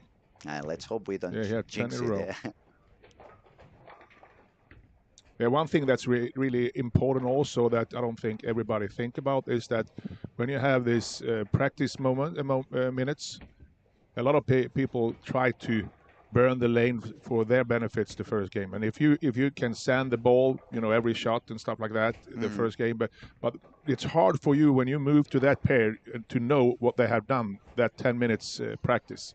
So that's also one of the big issues when you move lane. If you hit the spot that someone had burned it already, it could be a big difference here. Yeah, you get into the lane like, okay, let's see what they have done for me. Oh, come on there. Oh, it was a little bit inside. Yeah. But he's on a really good score here. It will be 288. He's going to be up at that's 160. Potential new leader, 160, Yeah, 156, 156 Great over bowling. after Great 4 bowling. games, 956 in 4 games. This is actually also a really interesting and fun and great thing is that something that we saw a big difference from is that we have a lot of players from Germany this year, and I love that. It seems like they have a great coach down there also, and they have some really good success. And then Tobias Birding also made a PBA show this season. Hopefully that could be something that's inspirational for the Germans, because we know that Germany has a strong bowling culture, and it's so good to see that so many Germans are actually coming here. They did very good as well also in June on the under 21 competition. Yeah. Especially the girl, Fiona. Yeah. Yes. She bowled really good. Very impressive two-handed bowler. Very powerful. And they have one of my favorite bowling centers. Which is? Munich, yeah? Munich? Yeah. Is that the one that runs? I was talking earlier about Hakim. Dream Bowl. Hakim Grabowski. Great bowling center. I really hope that we get some good tournaments down there again. We hope so.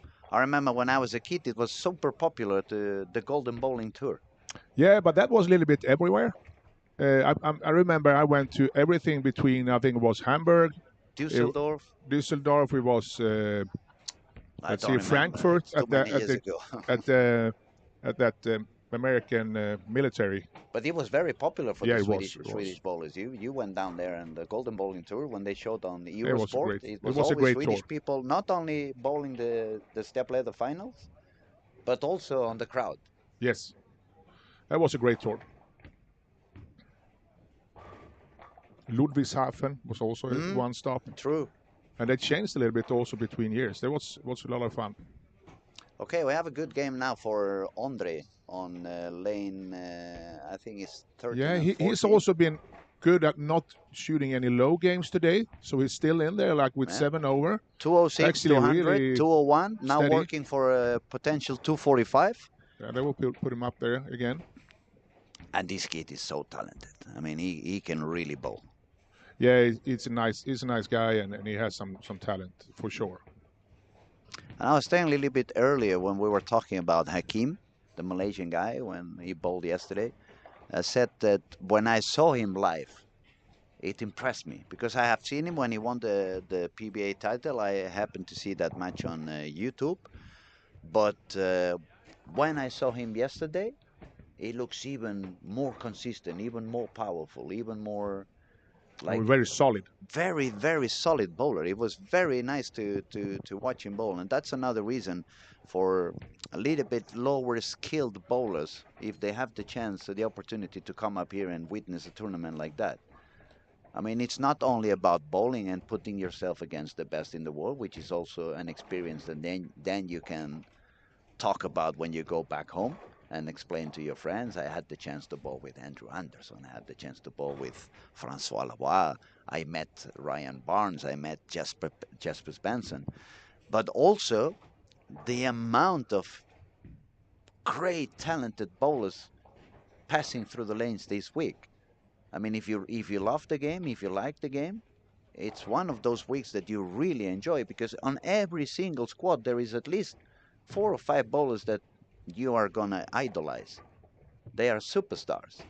Yeah, they are, and it's also about building connections. I mean, Hakim comes here by himself. I think that's impressive in just only All that. the way Yeah, from Malaysia. from Malaysia, and Malaysia, we know there's also a big history in bowling, and they treat the sport really nice down there professionally, and they have a great program, great coaches, and they have this pyramid bowling in Kuala Lumpur that I love. That we played some really big ones, and for Hakim, hopefully he meets a lot of friends from Europe here and connect more. And that's what's happened when I travel all around the world together with Thomas and Tori and them. We got friends all over, so when you travel to that place, you might, play golf together with them or stay at home with someone, save some hotel money. Yeah. Next time you get some idea, where should I go? Where should I buy the train ticket? And all that information that's very, very important in the big picture. Absolutely. So hopefully, and I know when I look back to these years when we had this Storm Lucky Larsen Masters, I've seen a lot of connections, a lot of people that actually talk to each other through their phone or through their messengers or WhatsApp every day or every week. You become friends, really close friends, even if they are from the other side of the world. The other side of the world, absolutely. We have some comments here, Patrick. Actually, we have Tom W. says, you mean Hanau, Golden Bowling Bowl Tour. Up here, Hanau. Yeah, Hanau was the place, if I remember right, tell me if I'm wrong, was the American military place, yeah? We'll see what... Hanau, yeah. Yeah, Hanau. Then we also have... if I remember right, it was the Golden Ball was started there, but then it became a tour a little bit later on that we had different stops. But it was a great place and a great tournament. Then we also have Scooby over there saying hello from Texas. I really appreciate the one-lane courtesy. Yeah, this is something that it's a lot of talk about. In Sweden, we had some issues in league, and we had some issues also in some tournaments where it the time drag out a lot, and it's something that some people have tried out with a two lanes courtesy, and someone doesn't get ready in time and so on, and the unfortunately often is the player that doesn't keep pace is the one that's benefiting because that's the only one that can't don't have to wait. I agree. And I know in on the PBA they have the other system that a little bit more complicated that maybe not perfect here with European bowlers and international bowlers. But I think the pace here on at least the squads I've seen this year and the other years has been okay. We've never been delayed because of that. So and I've seen also when we had the big championships now. I remember I think it was both World Championship, we had only had one lane courtesy, and it works. As long as people get used to it, it works. I don't think anyone would need more than one lane actually. If anyone needs more than one lane, they can buy those things that we put on the horses. Yeah, but I mean, so of they course, you work have to straight. be polite to each other. If I'm sparing the 10 pin and you're playing the first ball, of course I can leave you Yeah, 2 lanes. I of mean, course. it's more about respect, of course. It's more about being polite, but keep the game agile. Exactly. Don't slow it down too And much. I also believe that it's very important to don't go around and do nothing, and then when it's your turn, then you start to take Yeah, the ball, yeah, or then then you it's when start it to makes- drink your soda. I mean, get ready when it's your turn, just go. Yeah. But I must say, up here in Sweden, you guys bowl really, really fast. That kept my tongue out when I bowled the Swedish National League. So we have Tommy W says yes, military camp. So he confirms that. Oh, cool. Then we also have Amir. Someone said Malaysia. Yes, Amir, we said Malaysia. We have Hakim bowling in here. It's actually, like I told you, that's one other favorite bowling center is that Pyramid Bowl in Kuala Lumpur. I would say that Dream Bowl Munich, and if you have you guys that's on the chat, what are your bowling What's your center? favorite bowling center? Bowling center? Yeah. Don't say Reno. Everybody says Reno. Also, Sealans had said, say hi to Christer from Torbjörn if he's there, and to Martin also. So we'll make sure they are currently not here, but as soon as they come back into the room, we will send your best regards. So what's your favorite bowling center, Louis? Me, I had to go for Bowling Petralves in Barcelona, Yeah. even if they don't let us bowl any competition in there anymore. In one way, it's mine also because I won a couple of times down there. Yeah, And the great location is that it's so close to the new camp. the camp. FC Barcelona's big football camp. I had my pro shop up there. You remember? I had a window on my pro shop, and if I we can watch them practice. Yeah, watch them practice. I could say hello to Romario, Stoichkov, and those guys. They actually came to the bowling alley from time to time. We got some friendship with some of them. And a funny story, when Stoichkov was coming a lot to the bowling alley, I got good friendship with him. We bowled sometimes. And the year that they signed Romario, he brought Romario into the bowling alley. So he introduced me to Romario. That's big names. And Romario, I said to him, Romario, autograph. And he goes, yeah, absolutely. So I grabbed a pen and a paper and I said, for Romario from Luis. And I gave him the paper. And Stoichkov was laughing for like 10 minutes. Romario didn't understand what was going on. So, yeah, that was a fun story from back in the day when I had hair and I was a young kid. And yeah, but it's a great location of that bowling center. Like I said, it's like a sports area. They both have the handball and the basketball courses also there, yeah? And for me, I have to say, it's also my favorite area because bowling alley, because they did a very big event every summer. And when I was a very little boy, I started seeing real bowling when that tournament was happening. And now I'm talking about early 80s when I was 3 or 2 years old. Yep. I remember Mats Karlsson bowled there a couple of times. Åsa Larsen came to bowl there a few times. And then it was Thomas Leandersson, Patrick Bowman, Patrick Johansson. Then it was yourself on 95, I believe it was the first time you came down. 92, even 93 or something. I won in Mallorca, I think 93, and then we went directly to Barcelona. Yeah. We had that flight, 20 minutes flight from Mallorca. 20 minutes flight, yeah. 20 minutes flight. But what I mean is it discovered real bowling to me. And it was my main entrance to get to know all of you guys and become who I am today. I would have no clue about the game if it was not because when I was a kid, you guys kind of adopted me in a bowling way of talking. If you, Thomas, Bowman, if you haven't brought me up here and said, okay, you have talent, but you have no clue about the game, we're going to start teaching you. This is going like this. That's also one of the things I think most inspirational for me was that I can actually travel also, because that was my biggest hobby when I was younger, was to travel and do the two things that you love the most, to see beautiful places and different places and meet other cultures, and at the same time bowl tournaments. That was just like a dream life. Unbelievable. We have a few answers. We're going to answer everybody, and then we're going to talk quickly about the scores. Tom W. says 52 lanes Dream Bowl Munich. Yeah, that's from the one I'm past talking about. Showboat That's Las a great Vegas. center. So he says from the past, he would love the showboat at Las Vegas. Yeah, showboat I have some good memories from that. even if it was pretty old when I was there, but it's actually it was 2 centers in one. And when I walked into the first one, it was, if I remember right, it was the 40 lane, and I said, "Oh wow, well, this is nice." And that's but this is the little center. That's the Then little there one. was another one that was even bigger.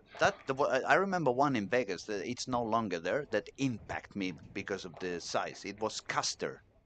If I didn't really like it because it looked pretty old, but it was if I don't remember wrong, it was like 113 lanes, and then it Wow. was like a door, and it was another 50 lanes facing. If one was facing south, the other one was facing east. But it was amazing to see. I remember looking to the side and like. Then when I went back to Barcelona, I felt I was bowling in a shoebox.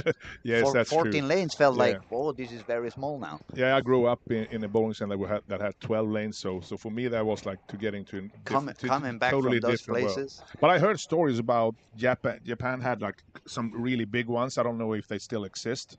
Maybe someone that in the chat knows about them. But for sure, we had some great. We still have some great centers, and we also have a lot of memories from the ones that's unfortunately had to close down. No. Well, if you ask me today, that Pedralbes is not, we are not welcome anymore. They are more into the birthday parties at the moment, not competition. If I had to choose a bowling alley, then I had to choose Olympia. It's the bowling alley where I have spent more hours after the one in Barcelona. Amir says mine would be Sunweight Pyramid, Kuala Lumpur. Yeah, that's the one I'm talking about. You in were KL, talking yeah. about that one, yes. And then I got some lessons back in the 90s from Joran Bergendorf. Yeah, that's a legend A bowler legend, and a legend yes. coach. Yes, absolutely. He did a lot of things for Swedish bowling, and he was also traveling in different parts of Sweden and teaching bowling, and he was also a coach. If I believe was somewhere in Asia, and then he was also in Denmark. Yeah, yeah. Great memories Successful from that guy. and a very kind person as well. I remember Really great ambassador for the sport. meeting him when I was a little kid, and he was always very kind to every one of us. And then the final question we have from Lucas. Do you know no, wasn't that one? No, we answered already that one, right? Do you know the bowling world in Berlin? Not me. I don't know, and I haven't been on that one. I haven't been in that one. I know I've been in Sam's Town. We have to put that in our calendar to we have to go visit that one. All right, let's go back to scoring because we are getting lost in so much chit chat. Dario is currently leading this squad with 954, which is probably the highest for start. Now we don't have Victor here, so we can't far. say it for sure. But I can't remember that we've been that high. I don't think we had that high so far. Then we have Francois Labat with 110 over 910. Andrew Anderson 885. Peter Hellstrom 863.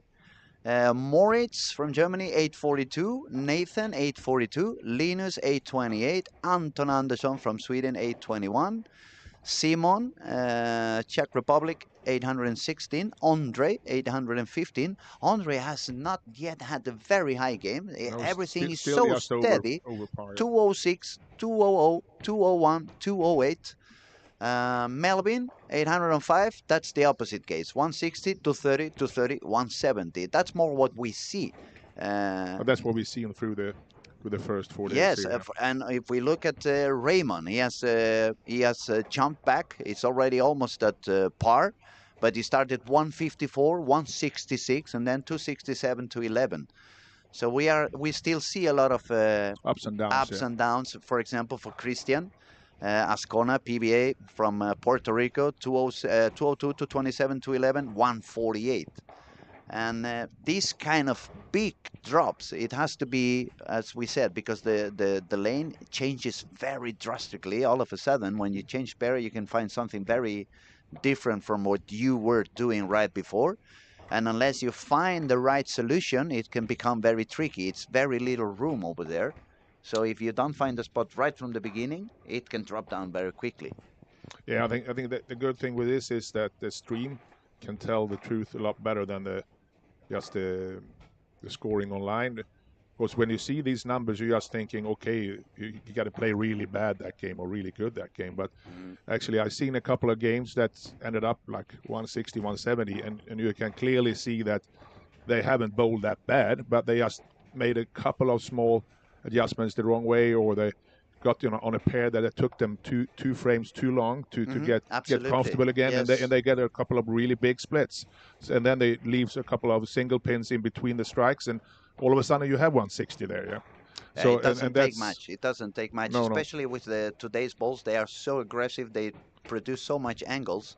When you hit something a little bit out of the angle, you quickly get a 5, a 4, a 6. If you get that after a strike and you get like 4 and 3, one of those big splits, then it takes away 40 pins in one single frame. Yes. Yeah, we have some other bowling centers here. We have Sarpsborg is nice in Norway. I agree. It's a nice center. We also have Striker Company in Gothenburg. 27 lanes. Why Yes. why an odd number? Is it 27, Daniel? 27. That's an odd number. Tw- I remember when I believe first it's came 24, to yeah? when I first came to Sweden, I can it, be it wrong. was Gothenburg, Frölunda bowling, and the first 2 lanes were stopped. Before my time, I think that center was bigger. I think they changed the amount of lanes a couple of times In Frölunda. Frölunda, yeah, but that was many years ago. Unfortunately, it closed for some years ago. What I remember most about that bowling alley was the entrance smelled like fish. Unbelievable smell of fish when you went down on those Yeah, stairs. wasn't that Was the a gate for fish all, factory or something? I don't know. It was really fishy. But I always have to be grateful to that bowling center. There is where I learned my first steps to real bowling. I was so lucky that I was coached by Patrick Bowman, Ulf Hemnes, and Mats Carlson. Oh, the 3 of them in 1 week. Yes, there was a lot of knowledge in that bowling center. That was also where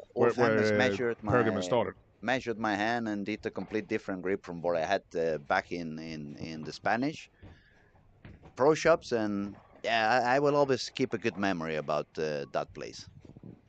Seems to be pretty high scores on lane 3 and 4, yeah? Yep. Yes. We got Linus with front 4. I jinxed it. Yeah, but still is 20 something over. And let's see where the leaders are. If we can see Ryan Barnes, 1-9 single pin miss, but Turkey right after. Francois Laway yet to double. Andre started with open frame, but now he's working on the Turkey. And let's see. Lasse Thompson, Turkey, 9 spare Turkey. Nora Johansson, strike 9 spare, 4 in a row.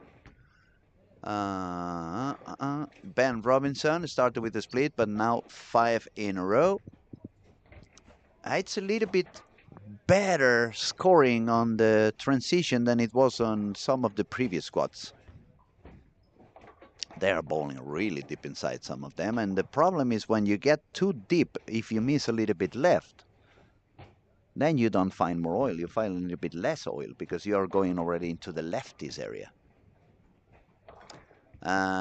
Dario, the leader, it's with no doubles but no mistakes so far, so he's holding up, but he's also bowling on lane 9 and 20. We said that pair is a little bit tougher, and if you guys remember, we were asking what you thought was going to be the highest game in on those 2 pairs on game 5 and 6, 17 and 18 and 19 and 20.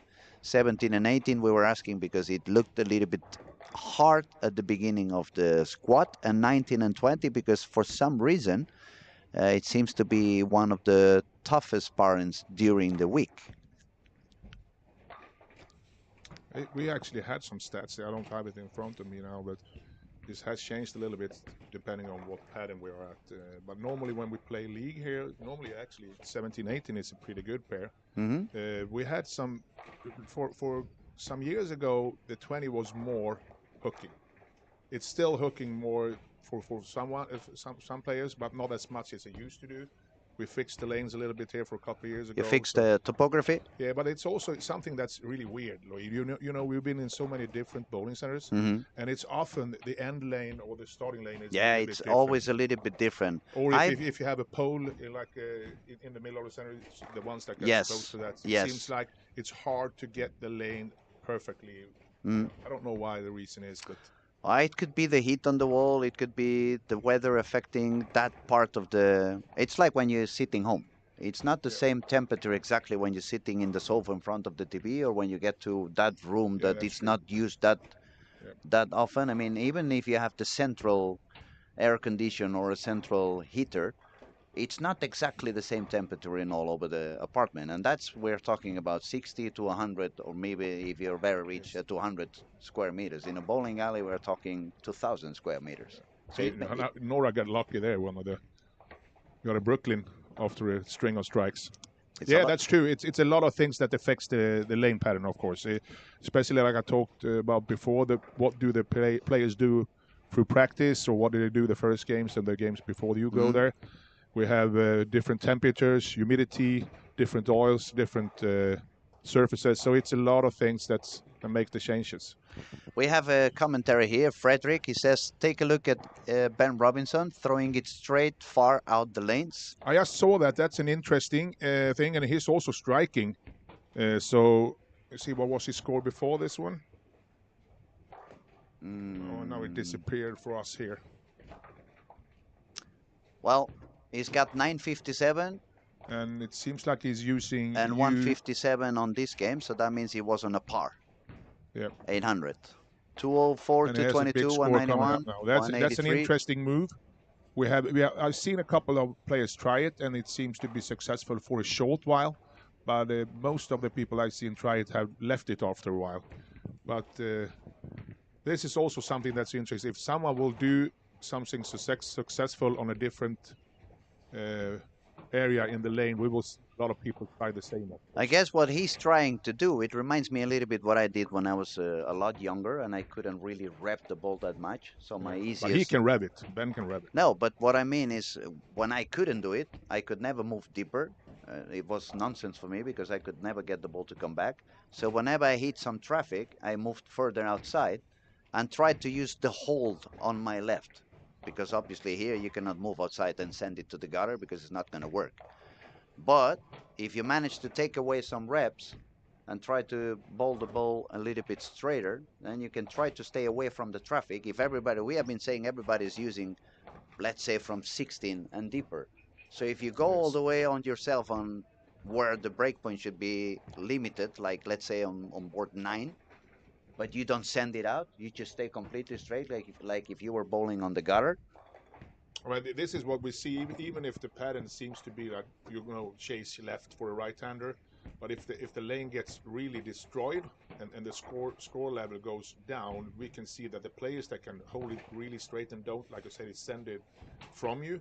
That's actually could be a solution to score well, or at least okay. We might not score the highest, but if the score level goes down to when 200 and 220 is good, that's It could give you a chance. It could give you a chance, yeah. It could give you definitely a chance. We're gonna watch Ben here again now and see. It looked like it was a urethane U78, but I looked really quick, so we can take a look here. Or we can see Now we have the screen a little bit bigger, so it should be easier for us to find out what he's doing. Carl is doing completely the opposite. He's jumping the gutter on the left side. Oh, it's a black ball, yeah? Cannot be the pitch black. Well, he's having a hammer shirt, so maybe it's a black hammer. Probably is, yeah. Yes, that was not the best shot. Still a good game. I mean, makes the spare here, so he actually comes up with. We're at 250. It's going to be a very solid high game for sure. And it's if going to be interesting to see what happens with the lane on the next pair. Yeah, yeah. Is he going to stay out there or is he going to move back inside? Of course, it's always quite a difference because on the left side it's not as much traffic. But we also talked to James about that. If we could feel the heads when all the right-handers goes deep into the left. True, so it's true. always been a discussion, and some say it's not possible. Some say for sure it's got some difference. Could also be that the lane actually just hooks earlier in the mid lane for left-handers, and I think it's because of the right-handers. Because of the traffic. Yeah, Yeah. it's hard to tell.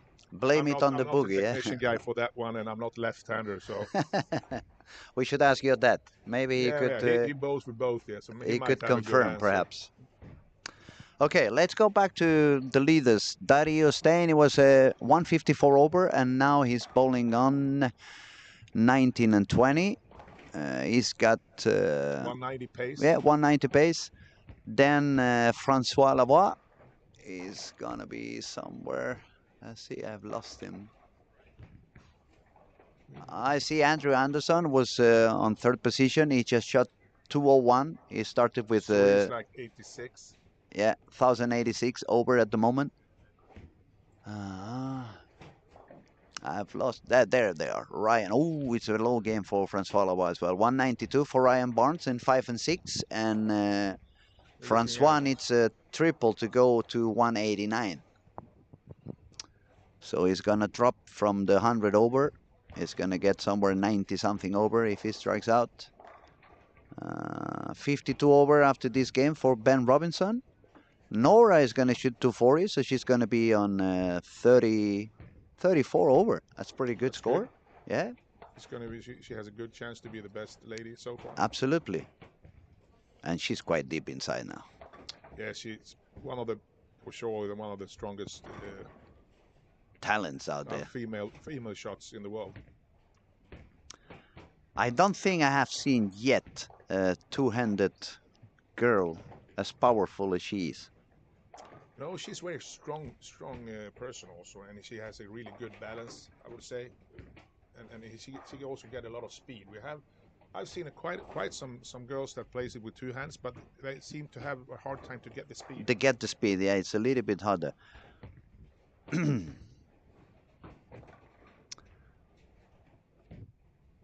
It's a big difference, though, between the people who are really still fighting to get 80, 100, 60, 70 over, and those who are lost a little bit their way, then they drop down a lot. It's a lot of 800s. Even a few that's going to be short to 800. So, as we said from the beginning, it's a very demanding pattern. It requires a lot of concentration. It requires a lot of focus. You cannot really let go, because as soon as you let go a little bit, the lane is going to make you pay instantly. If you lose your focus or you lose your concentration and you start not even trying, and it's going to become very, very, you're going straight to hell.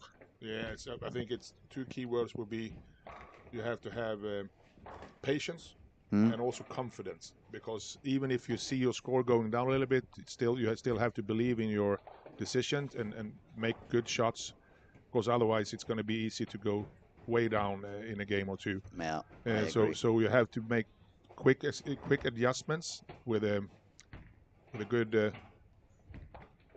shots, so you can get back in the games, because we see also, even if you start a game, instead of that turning out to 150, 160, save it to 195. That might be even more important than to shoot that 240, 250. Absolutely. Okay, now we are pretty close to get to the end of the fifth game. We will refresh the scores in 2 minutes, 3 minutes more or less, when everyone's done, and then we'll give you a real report on what the standings are. And if you excuse me 1 minute, I'll be right back. I'll let you talk to Patrick for a second. I just need a minute. Yes.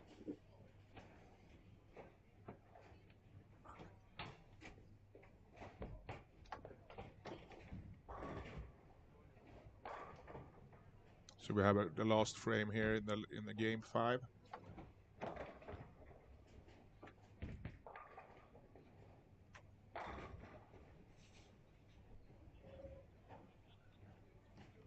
Ben Robinson 252 in the end. He's paired at 7. So he is doing well from the outside on the left side. So that's going to be interesting what happens there for him in the last game. Maybe he's going to start a new trend here with finding a straighter line further out to the gutter.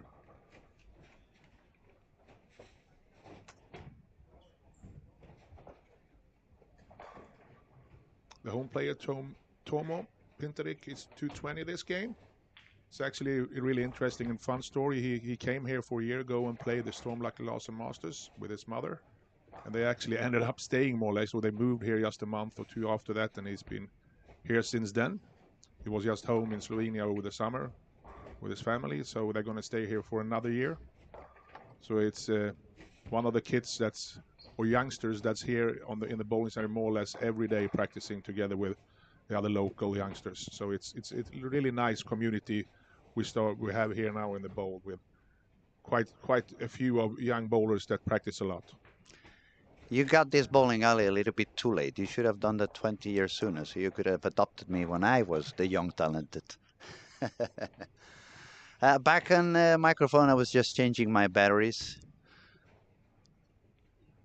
And Did we see what Francois did? it was a low game. It was quite a low game. Didn't see They what he did in the last frame there, though. They're gone from my site. I had them, but I don't see them anymore.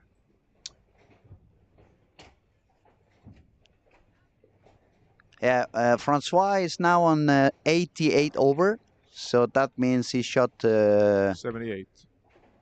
Yes, 22 pins drop, so 178. This is what we've seen a lot of times these first 4 days. Some people get out of the gate pretty high, and then they struggle in the middle or the end, and then they have the opposite way when they have people struggling in the early games, and then catch up. But it's hard to get them together and shoot the high scores. And we see Linus and Linus Schroeder and Peter Hellström. They are making a comeback, getting higher and higher. Linus is now with 71 over after a 243 game on lanes 3 and 4. And Peter is bowling with him also on lane 3 and 4, working on a 234 to go all the way up to 101 over if he strikes. Yep. 10 pins, so 103 over. But that is a pretty high scoring. It seems like 3 and 4 has been a little bit more scoring. Yeah, friendly. This squad is a little bit more friendly. I've been told by the local bowlers that 13 and 14 seem to be the longest lanes. Could it be right?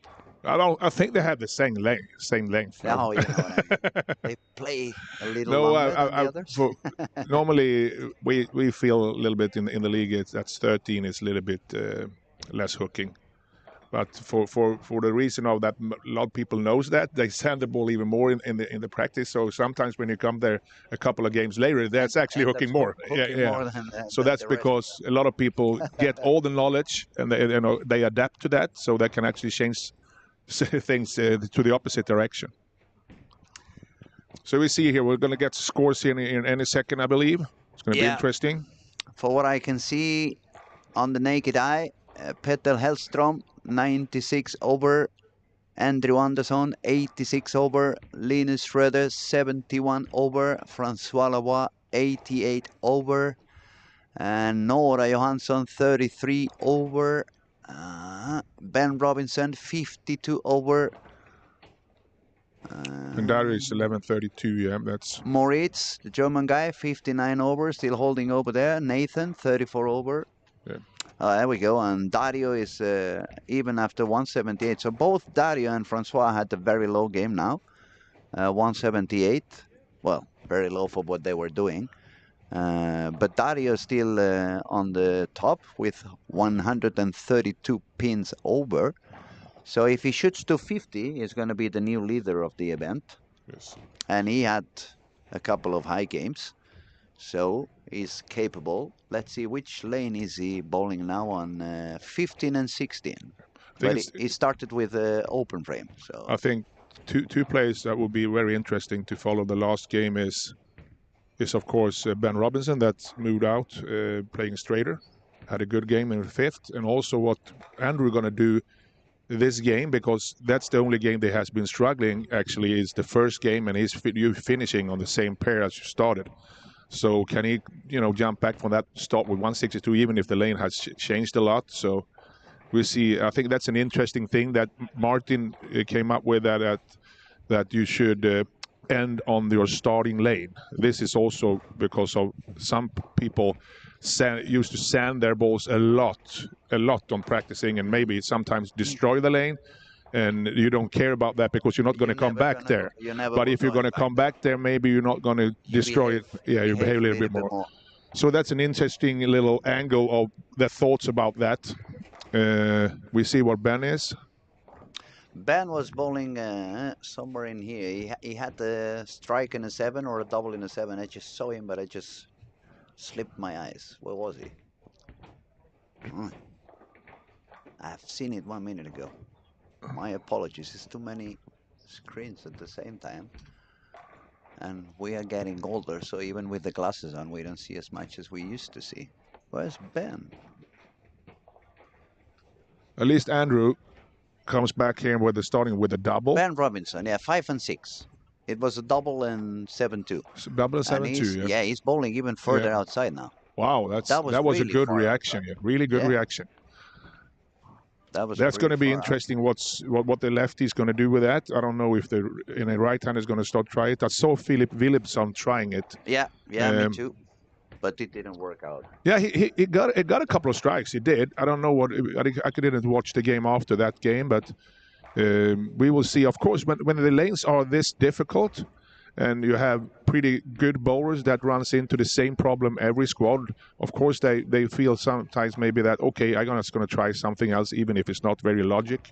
But if you see someone succeeding doing something really different, of course a lot more players going to try that. For sure.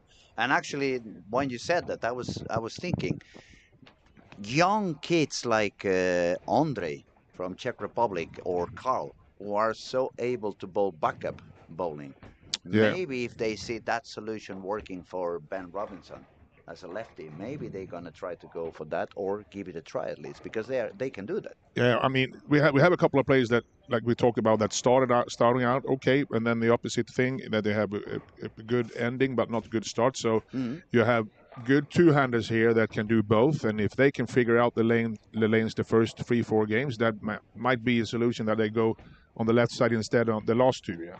Especially if they see it's possible to shoot high, going straighter from closer to the gutter. I mean, from the left side. I have to be very honest. When I saw Ben's ball on that last shot that we were watching, and I saw it that far to the gutter, and he still hooked back really good. I said to myself, no way it's coming back. And it came back like maybe it's a reactive ball. I don't know if it's a reactive or urethane. I cannot see from here. Yeah, we have to check that afterwards. We can't see it really here on the TV. But the reaction was really, really strong. You know that, Daniel? Is it urethane or is reactive he is using? I don't know, but most likely hammer 78. Yeah, I would guess so also. My guess is the hammer 78. Yeah, if that is a urethane, we will check that later. Really hooked a lot.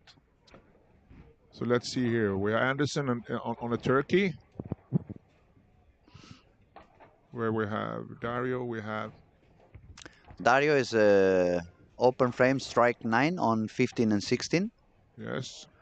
Then we have Francois Lavoie on lane 1 and 2 with 9 spur, 9 spur, and probably 9 spur. And that changes a little bit, yeah. So then we have Andrew actually going up to 110, 115 at the moment. Let's see here what Ben does now. He's working on a strike. Lane 4. Oh, 6. Lane 6. Sorry. Straight, yeah.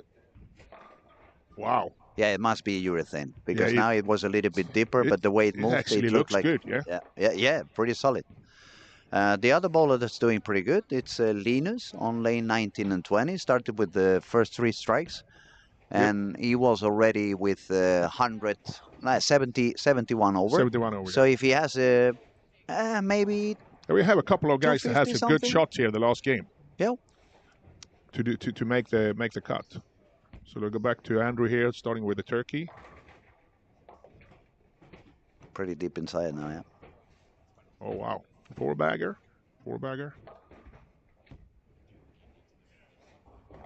So he's at 125 now, around? I believe he was using the IQ, the Ion Pro Solid. That ball looks pretty versatile. I mean, I've seen them bowling on fresh, but you can also see them bowling at the end of the squat. Yeah, I don't know much about the ball, but I saw Carl using it in the PBA regionals here in Stockholm for a couple of weeks ago when he won with it, and he likes it really much, and it looks very predictable when when he used it there. You think they finally got the substitution for the phase 2? Yeah, it might be so. I mean, They that's have been a been trying. benchmark ball for a long time. They have been trying hard to get like Yeah. the new phase 2. Let's see here now. Ben is just 4 pins over, but that makes him. It still needs some strikes, but it's an interesting move that he does here in the lane.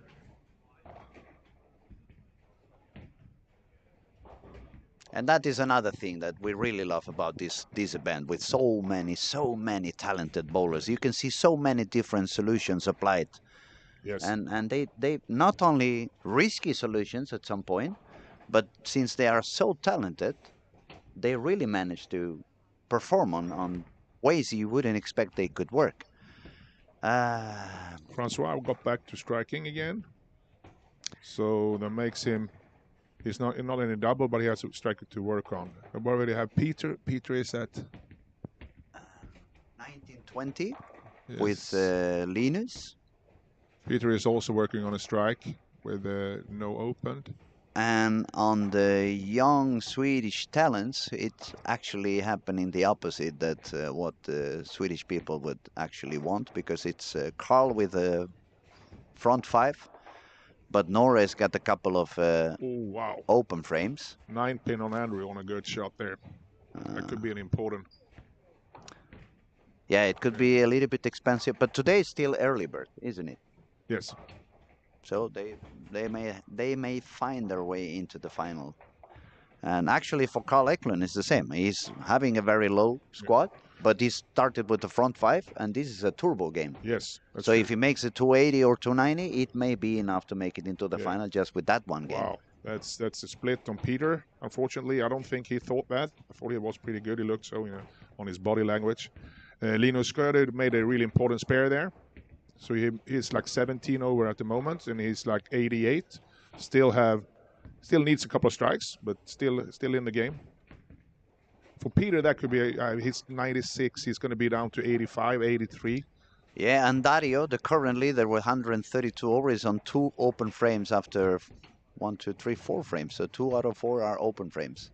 Yeah, this is what we've seen before. Also, I'd say that a couple of times already. But even if they looks like very solid bowlers, and it looks like okay, they only need a 200 or 210 in the last game, but it's easy to fall out from the pocket.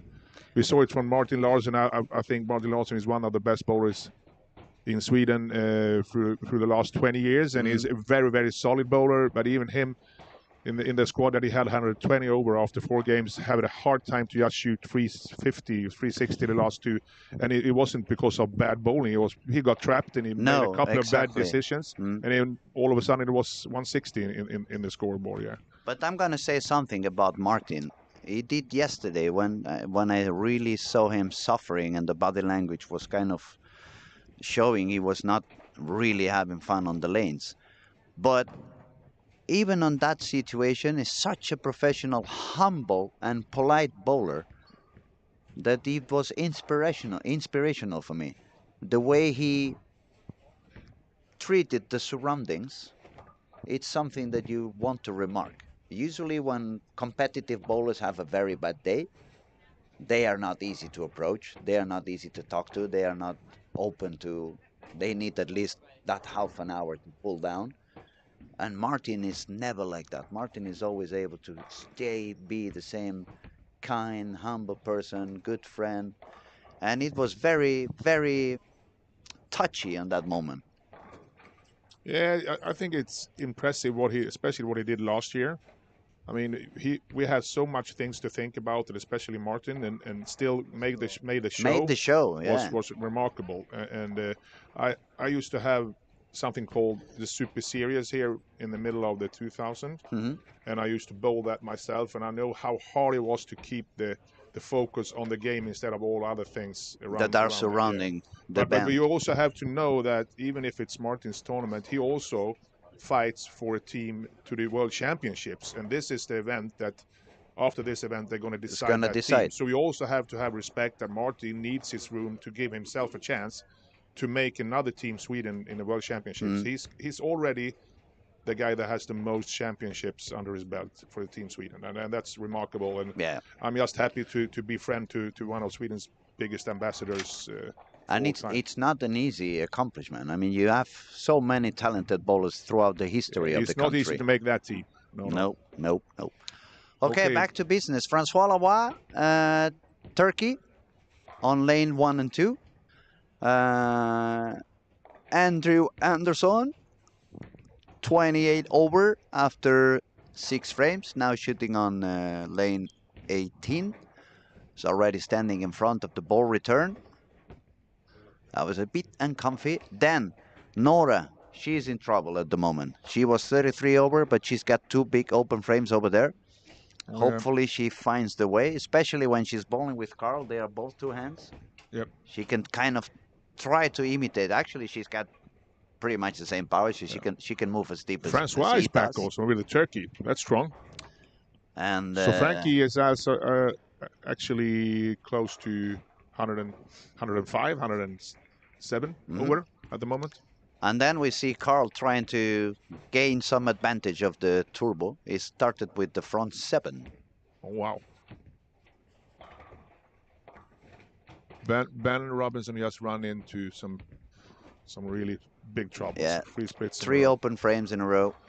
This is what it's going to be the hard thing to think about. Was it only that pair that was okay for that, or was it only that time? Exactly. I mean, it looked really well for at least the first 5 frames there. I didn't see that they had a split in between the 2 doubles, but now it seems very sensitive. Yeah. I guess it may work, but since you put yourself out there, the room is even smaller.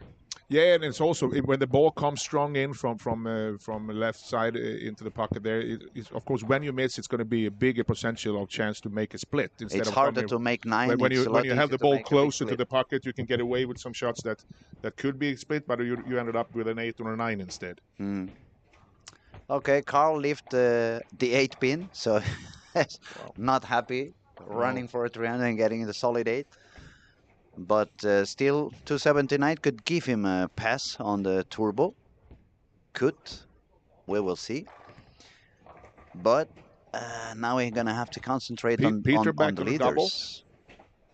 Hellstrom is back on the double. On 19 and 20, for those of you who are not sure who we're talking about, Peter Hellstrom from Sweden. He was running second at the moment with 96 over after 5 games. A strong finish there could make him make the cut. Yeah, and he's actually his partner on the lane, Linus, was already also up there with 71 over, and so now it's 88 over at the moment. 88 over. He needs to strike out to try to make sure he does. I think that Francois is 105 over at the moment. Dario is managing to survive. He started with an open frame strike split on 15 and 60, but now he's got a full bagger. So he's really coming back. So he's back on 137 or something. Yeah, now he's back on par. He's actually 5 ahead, 5 over on this game. So that would put him on 137 over. If he makes a couple of strikes extra, gets into the 10th frame, he would be on number 2 spot. Yes. On the tournament. He has a great opportunity. Also very, very strong to get back after that wobbly start this game. And Nora, she just got the split. Oh, she's going to be in trouble now. She's on a pace for 150, 160. So if she strikes out, it's going to be 181. So she still would be above the par. She would be on 2nd position in girls because Emma had 27 over, I believe it was. I don't remember something like that. Yeah, I saw now Peter didn't get the turkey, so he's. I don't think he can reach the numbers that he need. He actually has the plus 50 also when I think about it. So he has another opportunity or another gateway, like we call it. So he's going to take the spot of Martin Paulsen. Yeah, probably. Which was probably the leader at the moment on the 50s category. Or if it was Oscar. Andrew is working on a strike. This is going to be an important one. And Dario, let's see what he does. He got another one. Wow. Yeah, Dario is Impressive. on fire. Impressive. That's a big, strong comeback. Yeah, he can actually go from just losing it all, or instead being in the top more or less here. Mm-hmm. Let's see here. If he strikes out, Louis, then we are at 235. Then it's like 67. 67. He would be right 10 pins short to Hakim, the Malaysian guy, the current leader. But he would be second, so it would be right after, right in front of William Svensson, yes, which is currently on second position. Yeah. And the funny thing, it would be that the two leaders, if Dario strikes out, the two leaders of the event are single-handed, not two-handed. Yep, that's true also. So there's important thing here. Let's see. If Peter Hellstrom strikes out, that's 34. That's like 24. He can reach, 13-20. That's a good number, especially for the plus 50. Yes. It's going to give him a good opportunity. A very big opportunity to go in. So Andrew is important what he does now. Francois Perdier. So he's at 12 over. So Francois is at 100 over exactly at the moment. Interesting finish here, yeah? Yeah, it's very interesting. Actually, I would say it's probably the squad that I've been doing on the streaming that has been more successful in the last couple of games. Yep. The previous squads that I've been witnessing and commenting, when we got to game 5 and 6. Big shot for Andrew. Yeah, everything was going like up and down. Andrew Andersson, lane 17, 18 at the moment in front of the machine. There he goes, he delivers. Looks good. And he got it. You can see that. You get the fist pump, it's important. Yes. He could go all the way up to 256. Well, Andrew. That would put him on 42. 1342. So he's like just over 20 now then, in this moment. Peter needs some strikes here. He's on lane 19.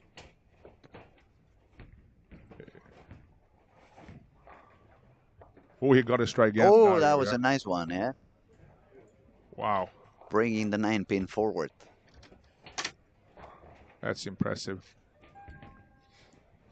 The Germans have some bowlers here. Great finish. Yeah, because we have Dario on top, we have Linus on top 5, and then we have Moritz on the 6th position. Yes. So 3 of them on the first 6 spots of the squad.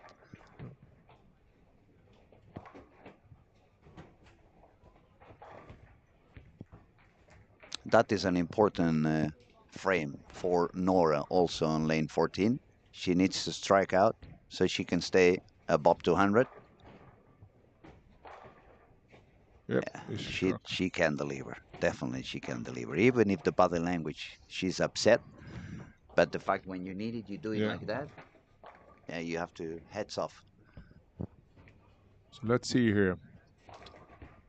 You have to put your hats off for Dario Stein. What a comeback in the last game. Yes, very impressive. It's going to end up 235, and he's up there. He's up there close to Hakim, yeah? Yeah, it's going to be only 67 10 with short, the strikes. 10 pins short to Hakim. Yep. And the fact he started with 2 open frames. After 5 frames. After 4 frames, he was 25 under. And then he's got 3, 6, 7, probably 8. This is for Andrew here. Also, there's a lot of things happening now. Hook back. Yeah, it felt like he missed a little bit outside. That probably was the reason why he had the soft 10. Yeah, so that's going to put him at 220. No, let's see here. 230, 235. 90, 15, 35. Yeah, 235 with a spare strike. And he had 86 above, so... 21 he can reach. 1321. Maybe not to make the cut, maybe close to make the cut, but maybe good enough for the early bird. Yeah. It's going to be interesting here in the near squad who's going to catch these squads. I mean, these spots. Now, let me remind you, it's completely free. So subscribe. You just have to click a button, subscribe to get non-live content, interviews and other material, and to get notification on the upcoming squads. We're going to give you a lot of information. And remember, it's not just for this event.